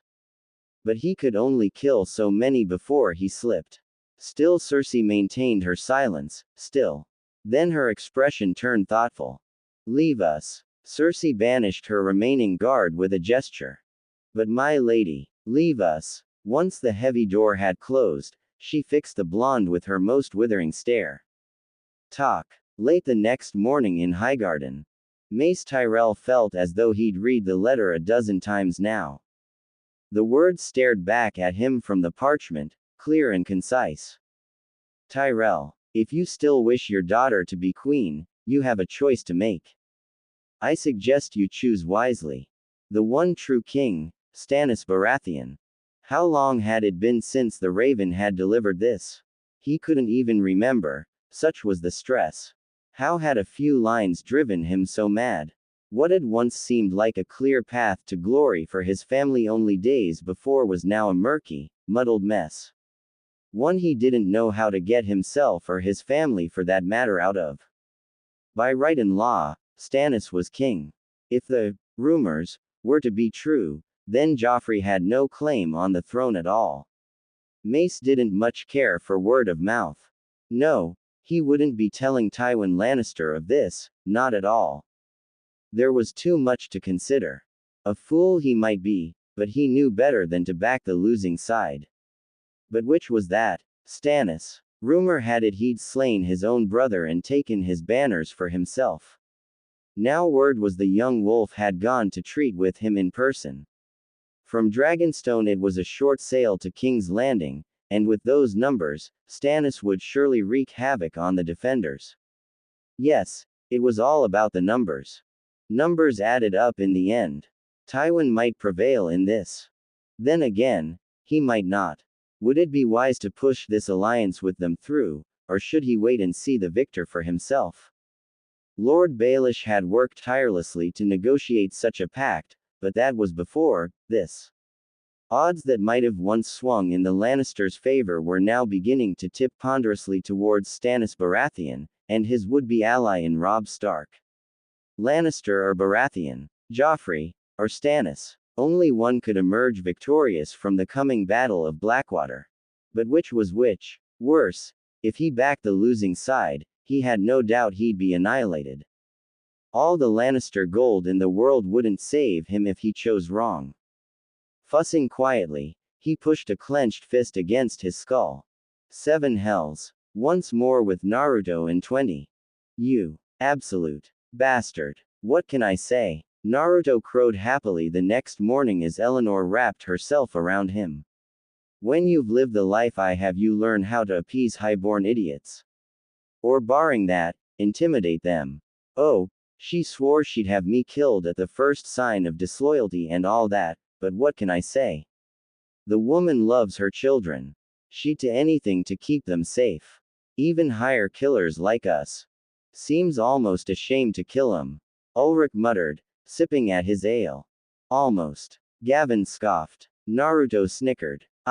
Almost. More laughter followed. After a harrowing evening resulting in a tremendous victory and a score of dead city watchmen on their behalf, 'twas the fool's own fault for ambushing dangerous individuals late at night, Naruto and company had retired to another, well-fortified inn and paid the man enough money to ensure possession of it for the foreseeable future.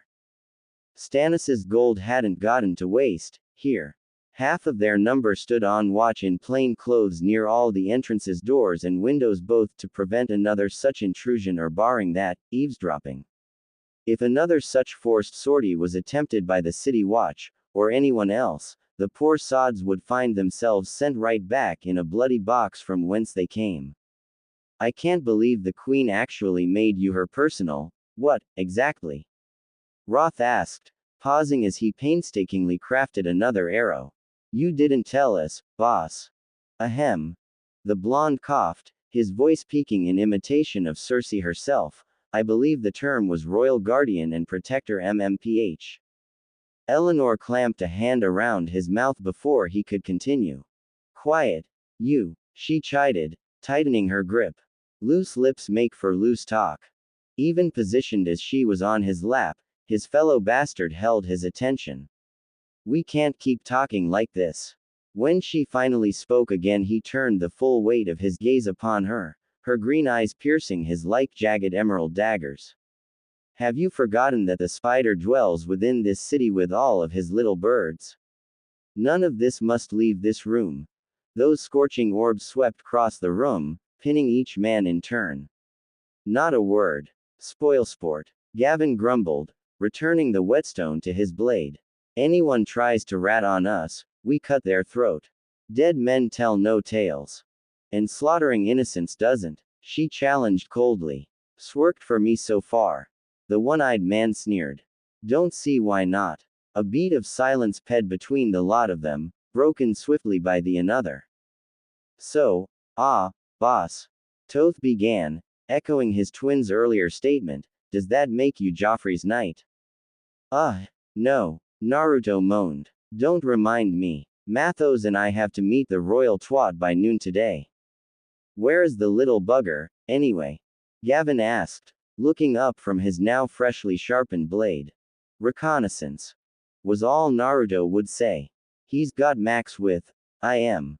He'll be by short. As if waiting for that very moment, a series of harsh thumps echoed against the northern door, a cod rattling off as he listened. 1 knock. Then 2. Followed by 4. Naruto had designed such a system in hopes of fooling any would-be intruders or spies who might come calling.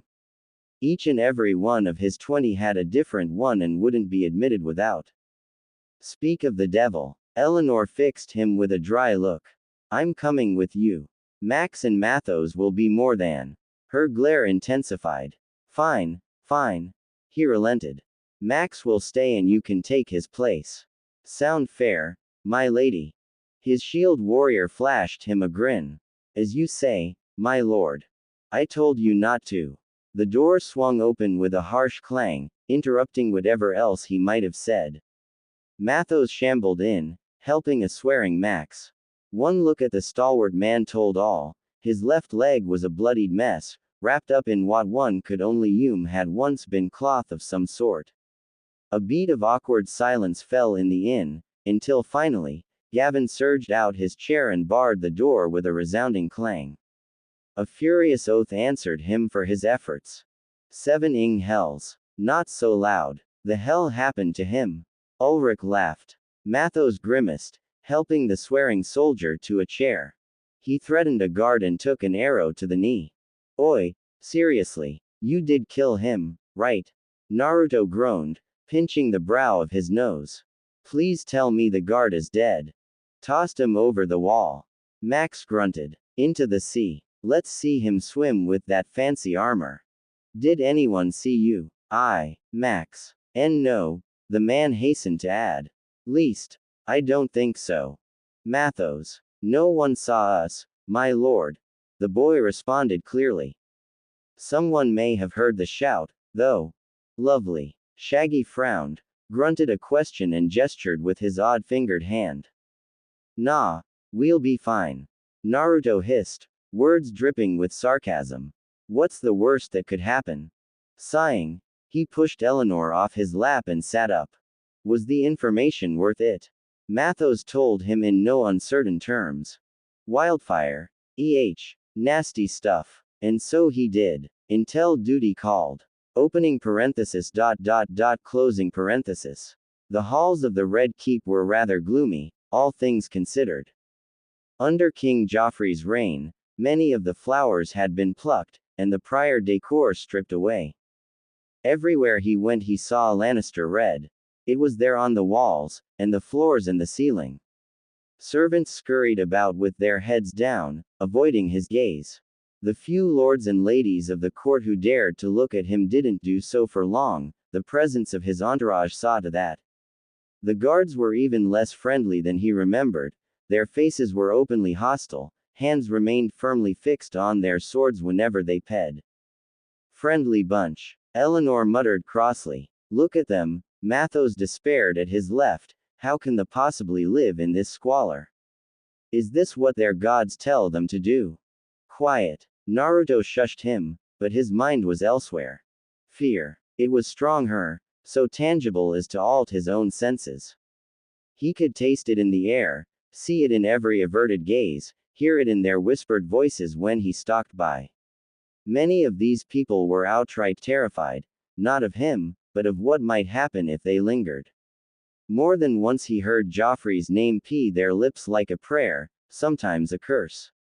His name wasn't mentioned in the least, but their faces were telling enough. I have a bad feeling about this. He suspected his audience with the king was going to be unpleasant. This lot shouldn't be frightened of their own king. A king was someone who served the people, not the other way around.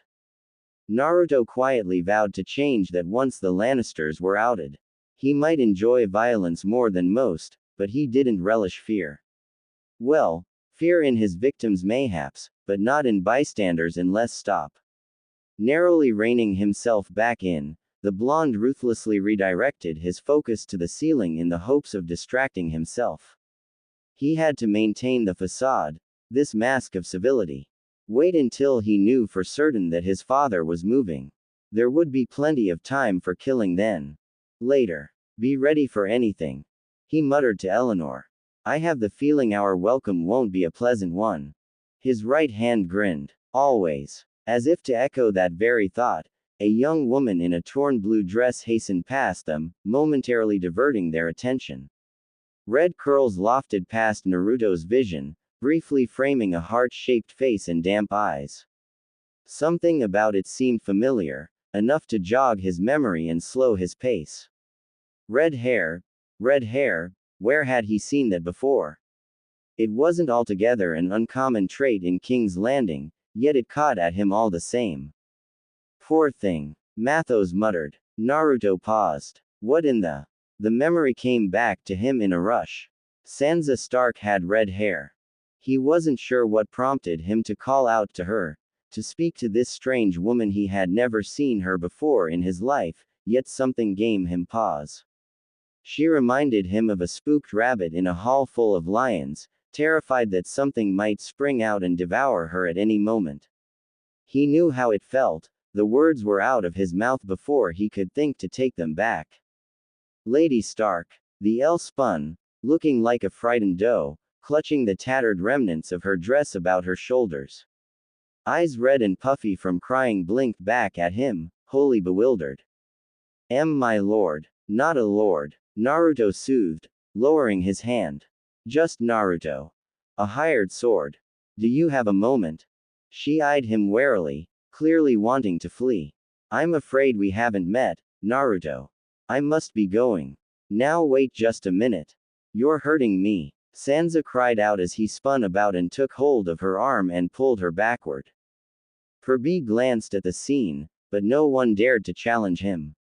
Why would they? Most probably thought this girl an enemy of the court itself. They didn't care what happened to her. True enough, her struggles were useless against him. Unlike Eleanor, she hadn't been trained in the art of combat and possessed precious little strength to speak of.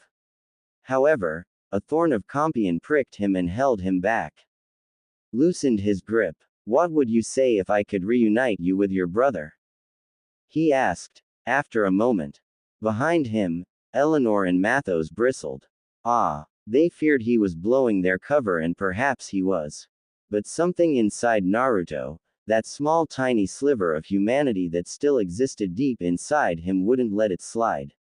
He imagined Shireen, his own sister, in this very situation. Sobbing, terrified, in tears, her dress ruined, and something furious sparked to life in him. Answer me, he hissed. Would you like to see your brother again? Sansa's face went blank. My brother is a traitor. She recited the words en rote, as if from memory. I am loyal to my king. Look at her. She's scared shitless. Eleanor bowled in before she could finish, scowling. None of that, girl. We're not your enemies. And what have we here? Naruto spun to face the voice. Crap. Approaching down the corridor were not a pair of guards as he'd feared, but someone else entirely. A rather roguish-looking individual who was clearly a hired mercenary of some sort, and a much shorter man bearing a golden badge on his tunic. Naruto recognized the insignia dead away and released Sansa, swearing softly to himself. Double crap. Well, so this then was the infamous imp he'd heard so much about. Strange. He didn't look the monster most made him to be. Oh, he was short to be sure, but beyond that he seemed quite normal. Even so, Naruto felt himself bristle as Tyrion drew near. Anyone who'd been named Hand of the King, even temporarily, was worthy of respect. And extreme caution. There was no telling what he might have overhead. He hadn't said anything incriminating, but no, this looked more than suspicious. Only a day in the service of my beloved sister and already I find you plotting behind her back. Abruptly, his stoic expression collapsed into a wry smile. I'm joking, of course. No, by all means. He waved them on merrily. Plot away. Anything that brings Cersei trouble is a welcome sight for me. My lord. Sansa curtsied hastily. Lady Sansa. I'm terribly sorry for that mess in the throne room, Tyrion replied. I'm afraid I must apologize once again on my nephew's behalf. And not at all, my lord. It was I who was at fault. Just Tyrion will do. The dwarf shook his head. I'll have a new dress made and brought to your quarters straight away. You are too kind. Sansa scurried away quickly before Naruto could get a word in. And just like that, the son of the stag found himself trapped with the Hand of the King. Mathos looked like he wanted nothing more than to keep walking. Eleanor had gone positively rigid, her eyes locked on Tyrion like a hawk as the silence stretched on. Naruto was beginning to fear that she'd do something horribly foolish and get the lot of them apprehended or worse when, finally, someone coughed. Well, Tyrion began, here we are. So it would seem, Naruto ventured cautiously, uncertain of what to say, of how to explain this situation away. Can't say I've had the pleasure, your lords. He found himself wholly out of his depth here, uncertain what the man wanted with him. Encountering Sansa had thrown his thoughts into disarray. Meeting Tyrion hadn't been a part of the greater scheme either, and he was forced to take a step back and reassess just what he would say to a man who could make the next few days a living hell for him if he wished. What were you doing with Lady Sansa? Tyrion asked abruptly. Eleanor swooped in before he could think. Why don't you tell us what happened, first? Ah, that. The Lannister actually had the good grace to look abashed at the mention of the incident.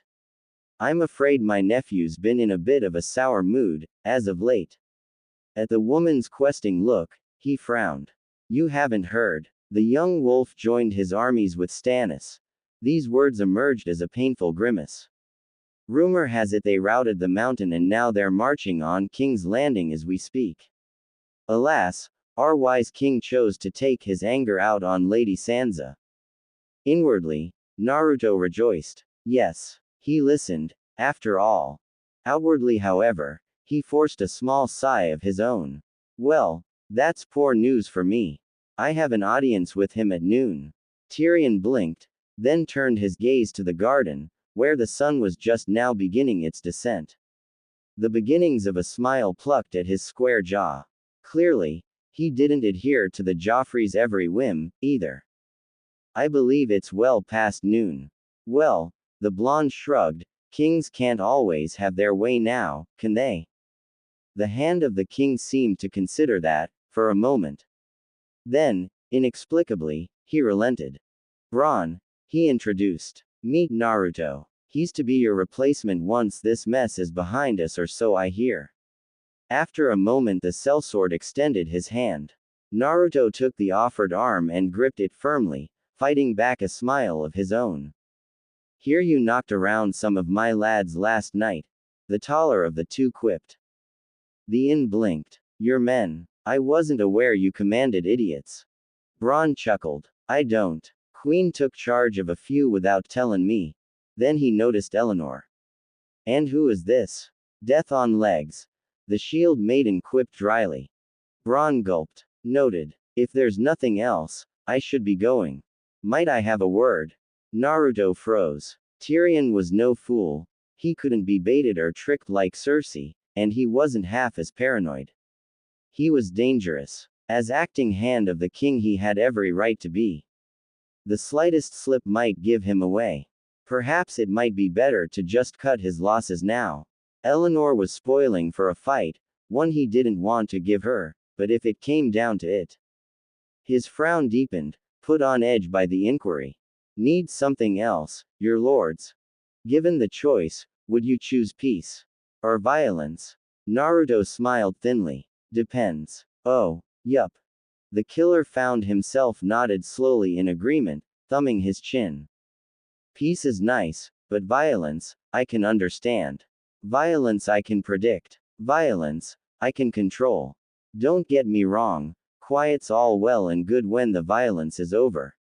A bit of rest, something to eat, and right back to it. I can usually tell which way a brawl or bottle's going to swing. That's the thing about peace, though.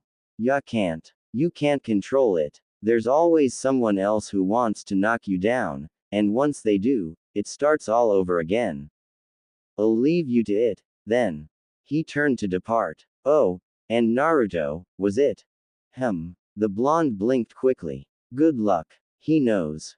With the king. Or not. Naruto watched him go, and in that instant, wondered what in the seven hells just happened.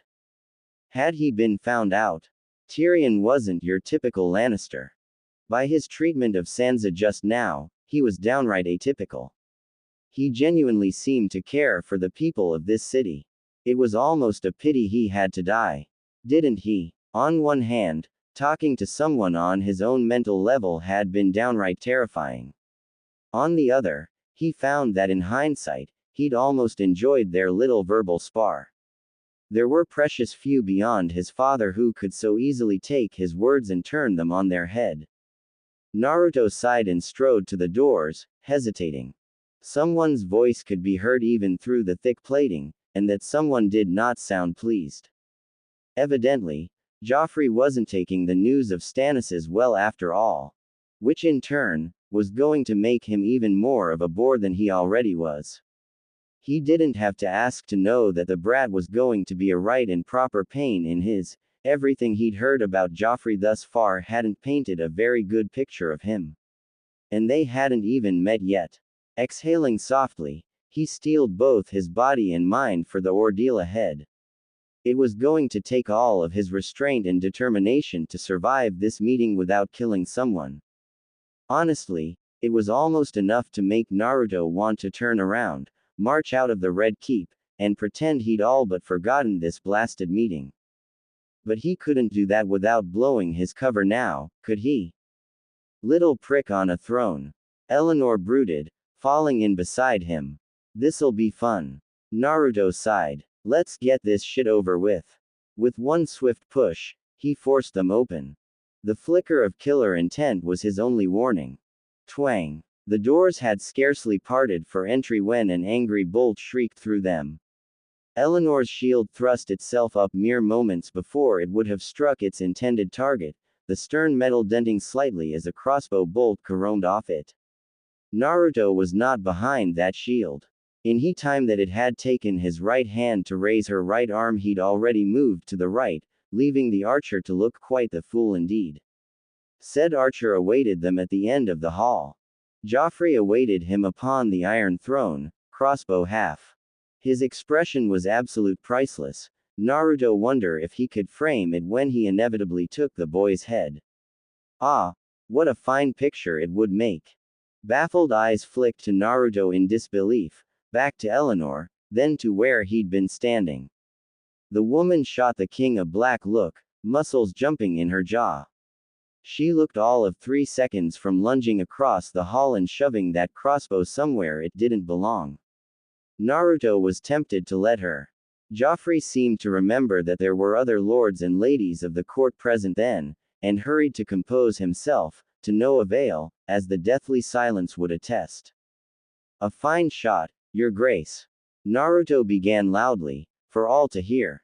I thank you for testing my reflexes.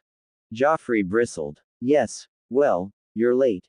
He sulked, sinking back into his throne like the petulant child he was. I thought it prudent to see if you were as nimble as my mother claims. Perhaps it's the company you keep. Eleanor made a noise of disgust, but Mathos tugged her back before the hot-headed warrior could do something foolish. Naruto merely nodded in false agreement, his attention already elsewhere. It was very impressive, the Iron Throne. All jagged edges and melted swords, it was both a thing of terrible beauty and immense sadness. How many lives had been lost, fighting over this thing?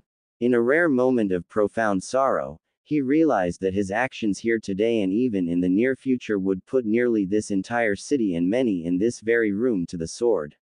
There would be raiding, raping, pillaging and plundering alike once Stannis sacked the city.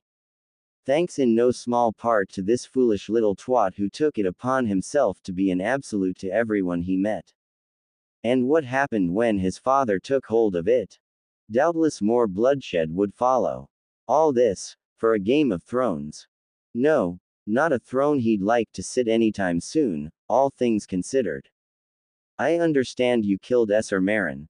The boy was continuing as Naruto came back to himself. With a writing quill. Naruto smiled softly at the memory. I did, Your Grace. How? Joffrey demanded, sounding far too intrigued for the inn's liking. I wasn't aware that was possible. Easily, Your Grace. At the latter's muffled consternation, he continued ably, spinning his tale, when you kill as often as I do, it must be up close and personal. It can't be from afar, oh no. That simply won't do. I find you have to watch the life leave his eyes, to see them die and know that you're responsible for ending their lives. Only a coward kills from afar. Surely Your Grace knows this. Joffrey reddened. Why has my mother hired you lot? Your mother wishes you to be protected, Your Grace. Eleanor spoke up before he could think to stop her. Since you cannot fend for yourself. A deathly pall fell over the royal keep. Joffrey balked. What did you say? Realizing her mistake, the shield maiden cast him an anxious look. By now, the king's expression had become downright murderous. Leaning forward in his chair, Joffrey shrieked. What did she say? Forgive her tongue, your grace. She spoke out of turn, but her words were my own. Taking a deep breath, Naruto stepped forward, deflecting the boy king's wrath away from the worried warrior and onto himself. It was I who meant to say that you cannot fight. Anyone who can't swing a sword is useless on the battlefield. For all his efforts to be blunt, he could feel the conversation getting out of hand, the situation slipping away despite his best efforts. If this was all it took to. I should have your tongue cut out. Joffrey raved. You and your woman's. Naruto could feel himself slipping. When he reached for patience, he found only anger. You may try, your grace. I am the king. Yes. You are. The inn snapped back with more irritation than he let on, but until you can kill a grown man with a quill as I have, you are not a warrior and as such, an easy target. He drew back a step, exhaling softly. And as such, you do require protection. Your fabled Kingsguard are useless against anyone of reasonable skill and your Kingslayer uncle is not here to protect you. My men and I, however, are and we have been paid handsomely to do so.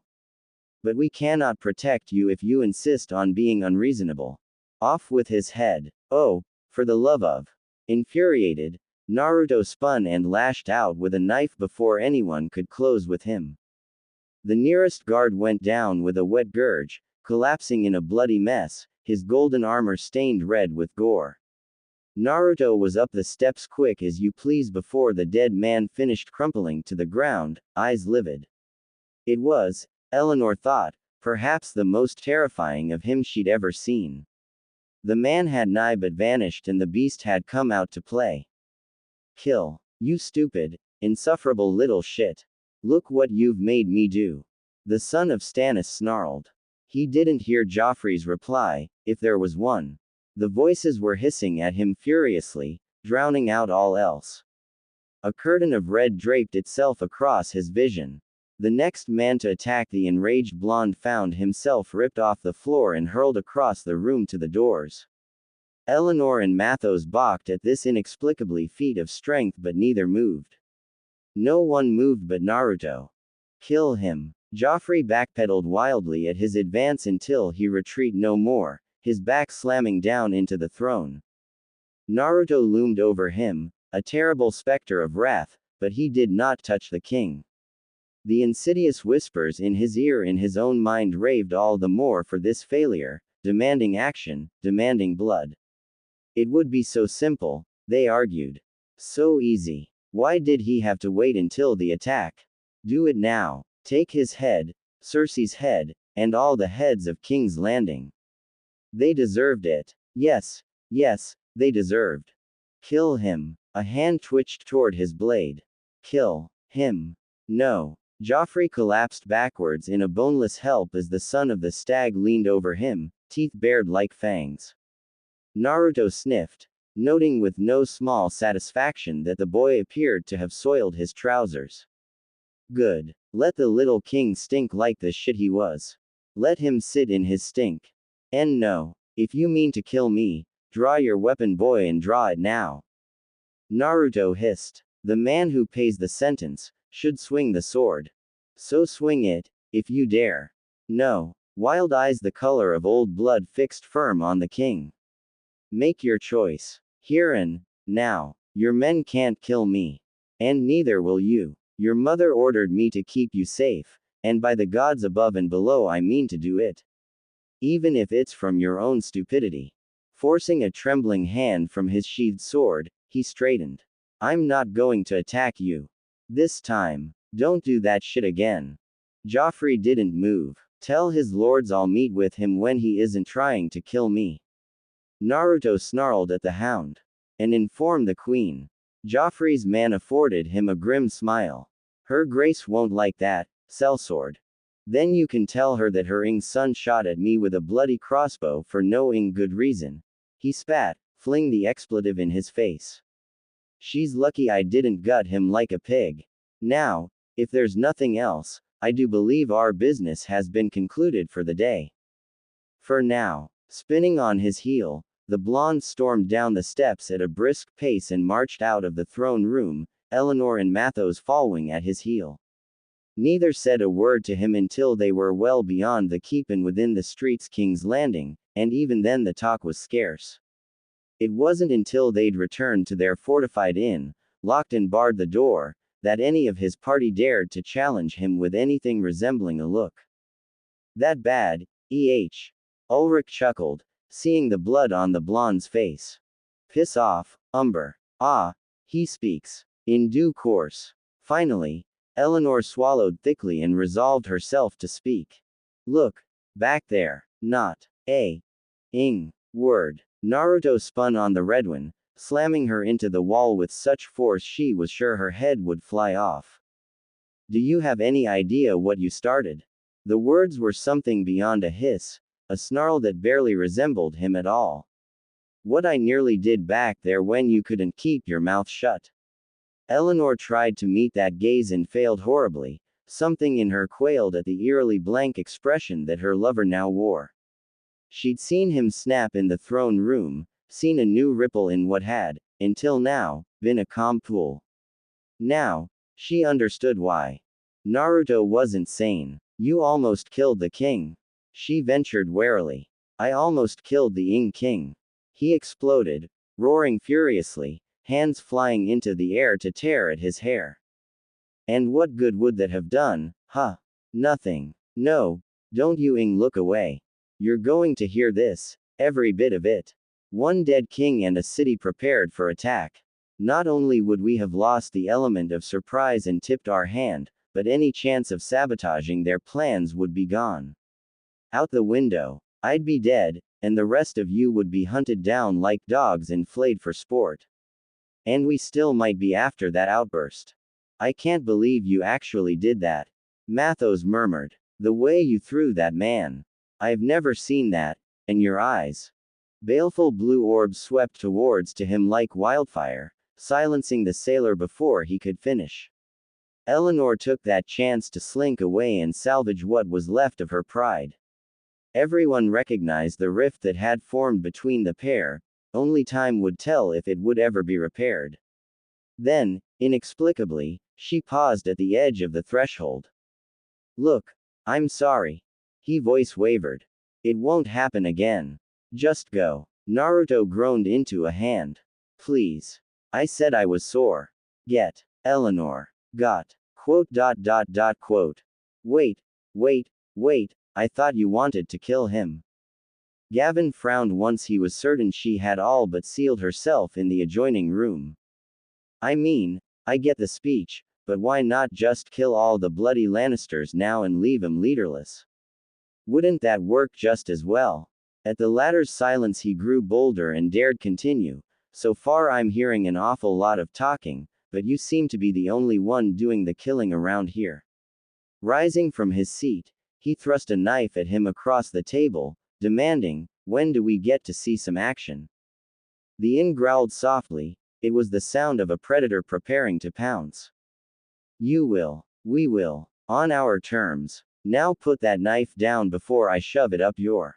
Reluctantly, Naruto complied. When no one dared challenge him further, Naruto reclaimed his seat near the hearth. Now, he began icily, we are going to go over the plan one more time. Days ped. Plans were made, discovered, unmade, and then, almost before he knew it, the time came. Opening parenthesis. The night of the alt. A cloaked shadow slipped out of the Red Keep and onto Lancel Lannister. The poor sod never saw his death coming, never felt the sweet kiss of steel against his skull until it was too late.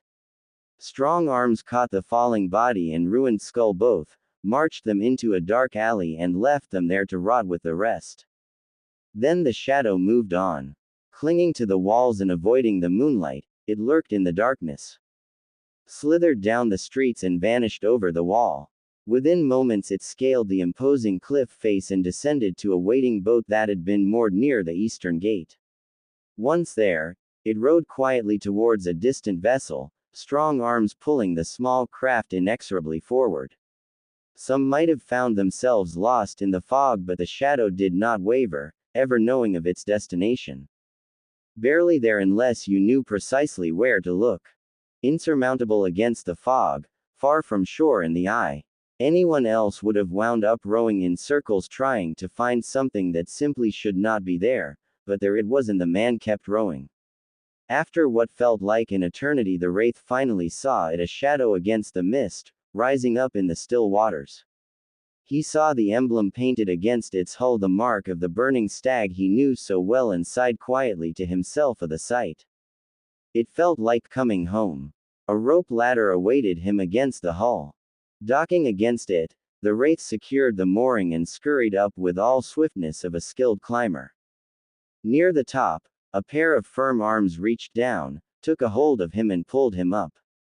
Cold steel touched his neck in an instant, only to be withdrawn just as suddenly. When his vision cleared, he found himself staring back at a bearded face, worried and worn, made haggard by stress but still one he knew. A pair of strong arms like iron clamps encircled him and drew away, holding him at arm's length. "God's boy, look at you." A hearty, if worried voice greeted him. "You've grown.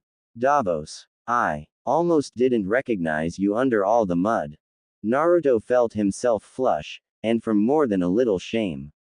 The man was like an uncle to him. He'd always done right by him all these years. And how had he repaid his kindness? By riding off with Mathos in the middle of the night without telling. He'd expected to be greeted with wrath and anger, not this. He felt he owed it to the seaman to explain. "Look, about Mathos, I'm sorry for just spiriting him away like that." Mathos. Davos stiffened. "He's alive, and kicking." Naruto found himself beaming at the mention of the man's son and squire. "I wouldn't have pulled this off without him. Your boy knows his way around AS." His smile darkened. "And how to sabotage one." Mathos had been impressive in that pursuit, most impressive. Whereas the son of Stannis knew next to nothing of SS and how to sail them, Mathos knew much. That expertise had proved invaluable when the group had learned of the Lannisters' plan to use the wildfire. Davos's frown and words drew him away from the memory too soon. "Sabotage. What do yo?" Before he could finish, the sound of determined footfalls on deck demanded their attention. Soldiers formed ranks and drew aside. Naruto turned to face the newcomer, the ghost of a smile plucking at the corner of his mouth. For who should appear but Stannis Baratheon himself, the sea of men parting on the deck to make way for him. Naruto inclined his head curtly, but didn't bow, much to the consternation of Davos. By the time Stannis descended to the deck, the blonde found himself smiling openly. It felt like ages since he'd seen him last. As though years had passed instead of weeks. Father and son locked gazes. "You need a shave." Stannis grunted after a long moment. Naruto laughed. "I suppose I do. What do you have, then?" Just like that, they were down to business. Naruto told his father in no uncertain terms what he'd been up to, what he'd done, the traps he'd prepared, the confidence and trust he'd secured, and the dark seeds of chaos that had already been sown and were just waiting to take root. All that was needed now were the armies his father was to provide. And at the end he waited for a response, a word, some mention of acknowledgement or the praise he so desired. "You exceeded my expectations." That was as much a "thank you" as he could ever expect from his father, and it pained him slightly. "It would have to do for now. I don't have much time," he warned. "They'll be missing me and I'll need to get back before you begin." Stannis smiled then, and it was a grim and dangerous thing that reminded Naruto precisely why he respected this man. "They'll be missing more than that once I'm through with them. Come and see." With one arm he turned and swept a hand towards the upper deck. Cloak swlrling in the mist, Naruto moved to follow him, hastening up the steps after his sire. He peered into the fog and frowned softly as it began to clear. At first, The sight didn't impress him. But then as the mist peeled away, tendrils of steam sweeping forth to reveal more and more sails, he felt his spirits begin to soar. Where did you get so many? You told me I needed allies. Stannis muttered sternly. I found allies. Well, you'd do best to keep them back until I'm out of sight. Naruto replied, frowning. Unless you want them to be cinders. Why, wildfire? He warned. Tyrion's plan to cripple you. Your fleet would have been decimated if you charged in. Would. Stannis seized on the word. You have a plan. The boy beamed. We've already begun. Without another word he leapt back into his tiny boat and began rowing like mad for the distant shore. Opening parenthesis. Closing parenthesis. This way. Yes, milady. Eleanor ruthlessly swallowed another brewing insult as she followed the queen out of her chambers and towards the safe room. Her fingers twitched ruthlessly towards a hidden dagger as they walked, longing to plant it between the queen bitch's shoulder blades.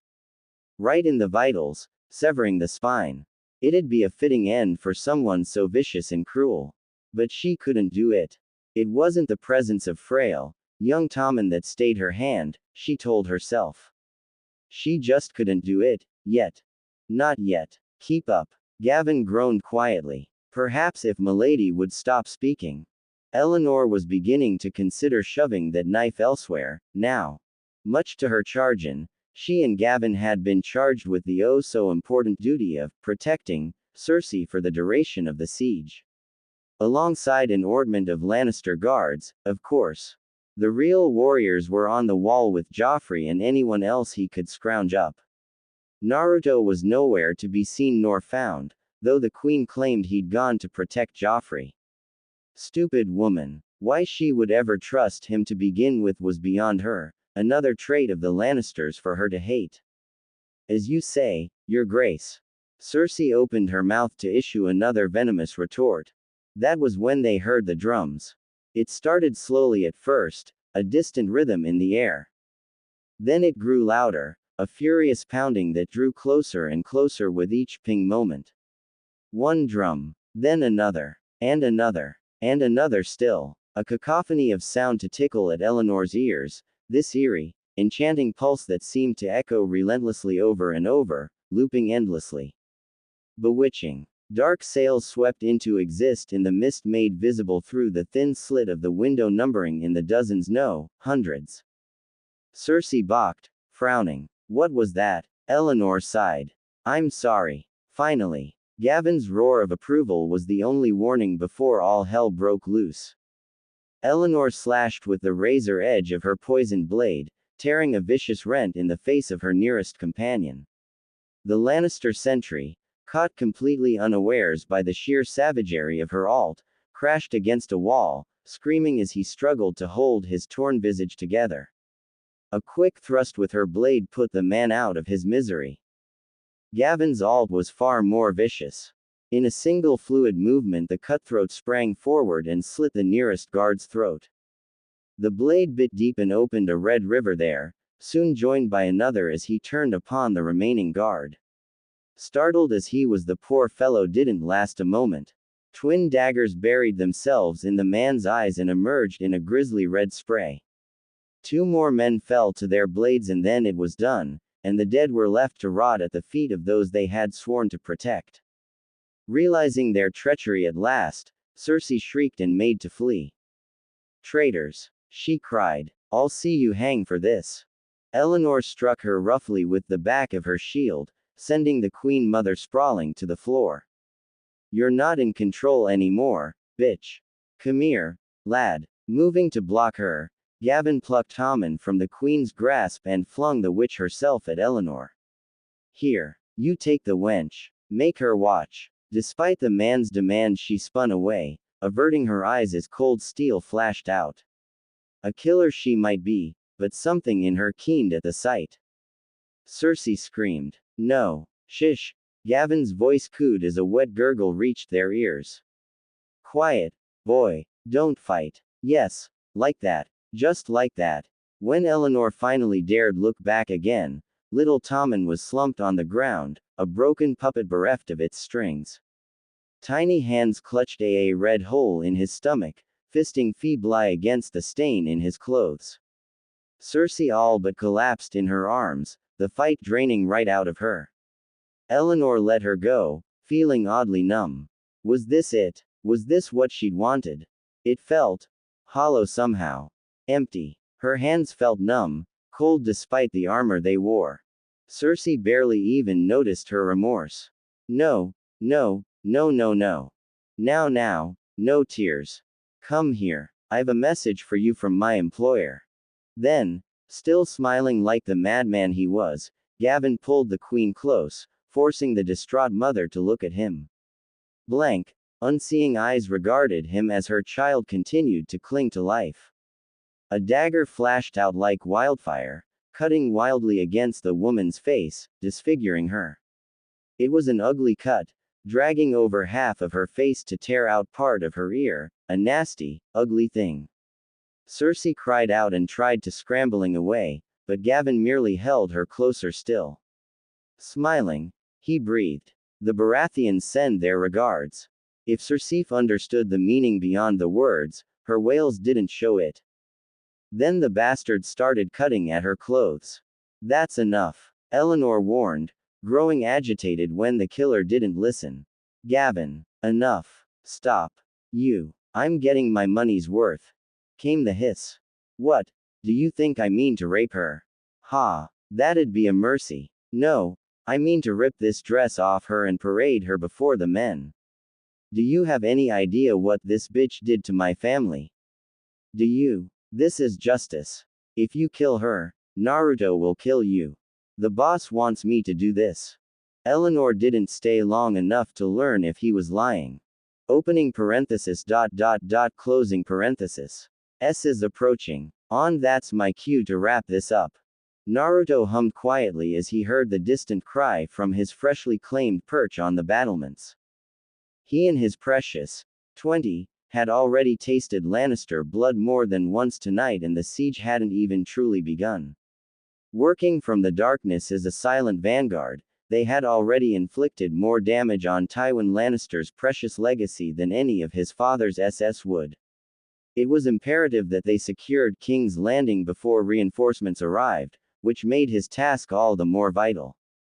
20 good men indeed. 20 good men were dangerous. Led by him, 20 good men were downright lethal. Doubtlessly his blades and theirs would drink their fill before the night was through. He paused, considering his next targets. The Hound. Nope. All kinds of nope. He knew better than to mess with a man like that by himself. The imp seemed ashamed to kill him just yet. He was a competent strategist, but beyond that, a good man. Good men were in short supply these days, even if some of them were Lannisters. Slowly, almost lazily, he turned his gaze to his third and final target. A pompous little fool stamping about the battlements like a petulant child, shouting orders. Joffrey. Well, that decided things. Bonsai. He muttered blackly to himself. Positioning both feet on the ledge, he gathered himself up, took a running start and leapt. Then he fell upon Joffrey like a shadow. Opening parenthesis ... closing parenthesis. Do you hear that? Tyrion turned slowly, frowning as a distant whistling registered in his ears. Like the sound of a far-off arrow, or a distant explosion, perhaps. Or something falling very, very fast. That was ridiculous, of course. There was nothing to fall on their heads just yet, for now they were safe.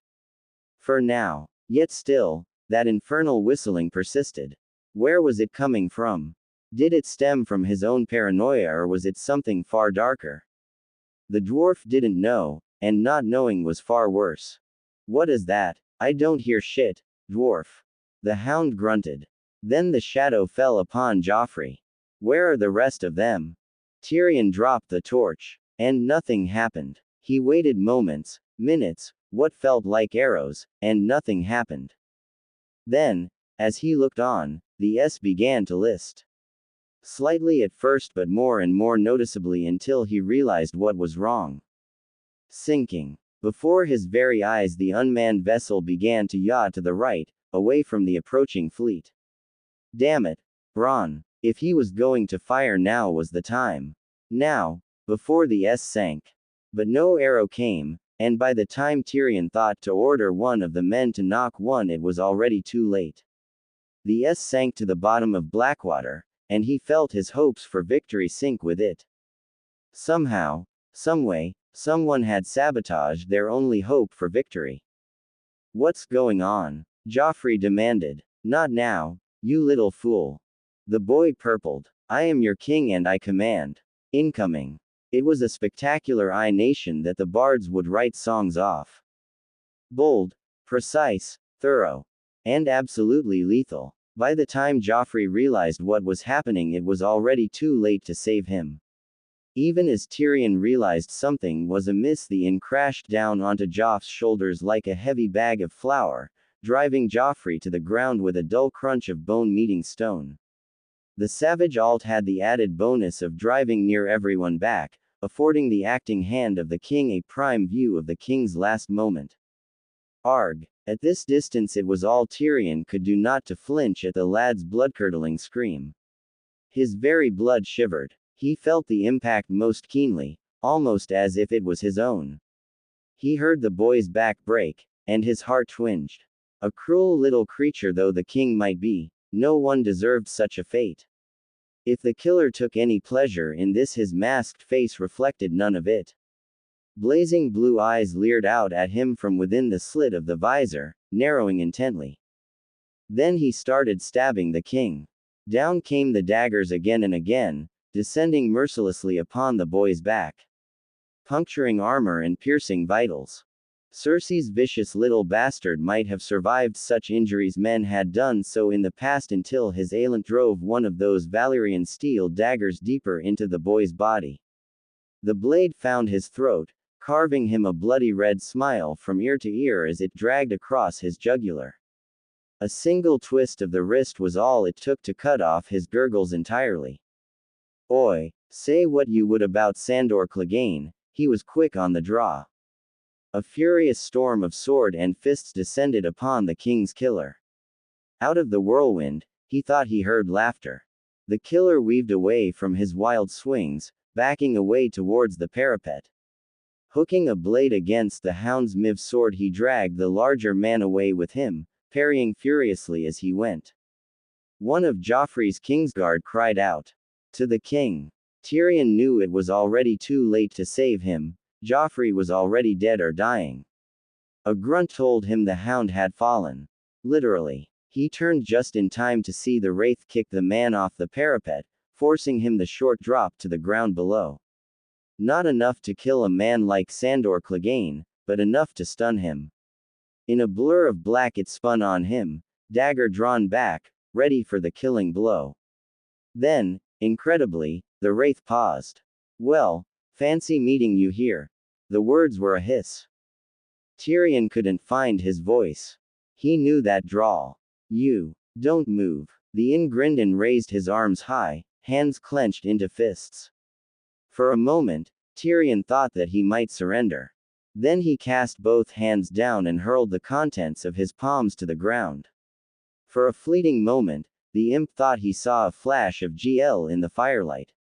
They danced in the air for a long moment, spinning wildly end over end as they raced to the ground. Then the flasks exploded. Thick, noxious smoke poured forth from the depths, strangling his sight and taking his senses with it. For a moment, a terrible, awful moment, there was silence. Then the shouting began. Screaming all around him, men were screaming. Dying. Knives flashed like silver in the smoke, dealing death to any who stumbled near.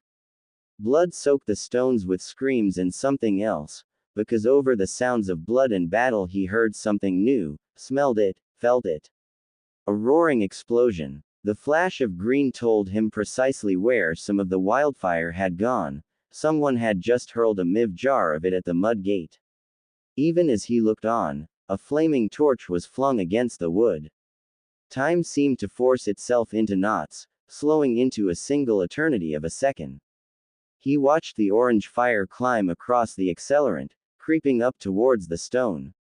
Thoom. Tyrion was lucky. He was just far enough that the blast that ripped open the gate merely hurled him to the ground, rather than into the flames. Splinters of wood and stone swept past and he shielded his face, wincing a bit as the aftermath of the explosion swept over him. And then, as quickly as it had come, it was gone. Dazed, he stumbled away, scrubbing at his eyes. What he saw there nearly broke his spirits entirely. The mud gate lay open before him, and all of Stannis' army and his allies poured through it like a raging fire. So many. Too many. For every man a Lannister killed, 5 more fell to Baratheon blades. And were those Tyrell banners there amongst them?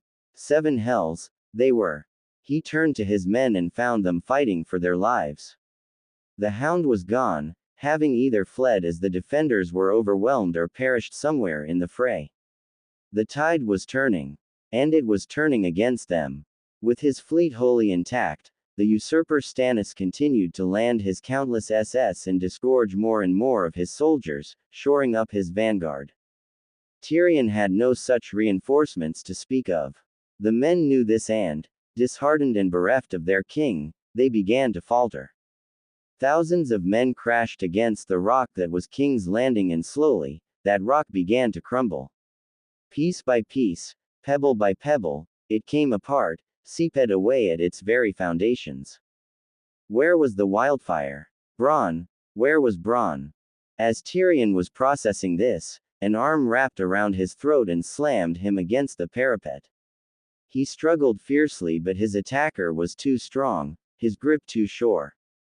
Desperate, the Lannister reared back and smashed his head against his attacker's stomach. An annoyed grunt through his ear. And then he heard the voice.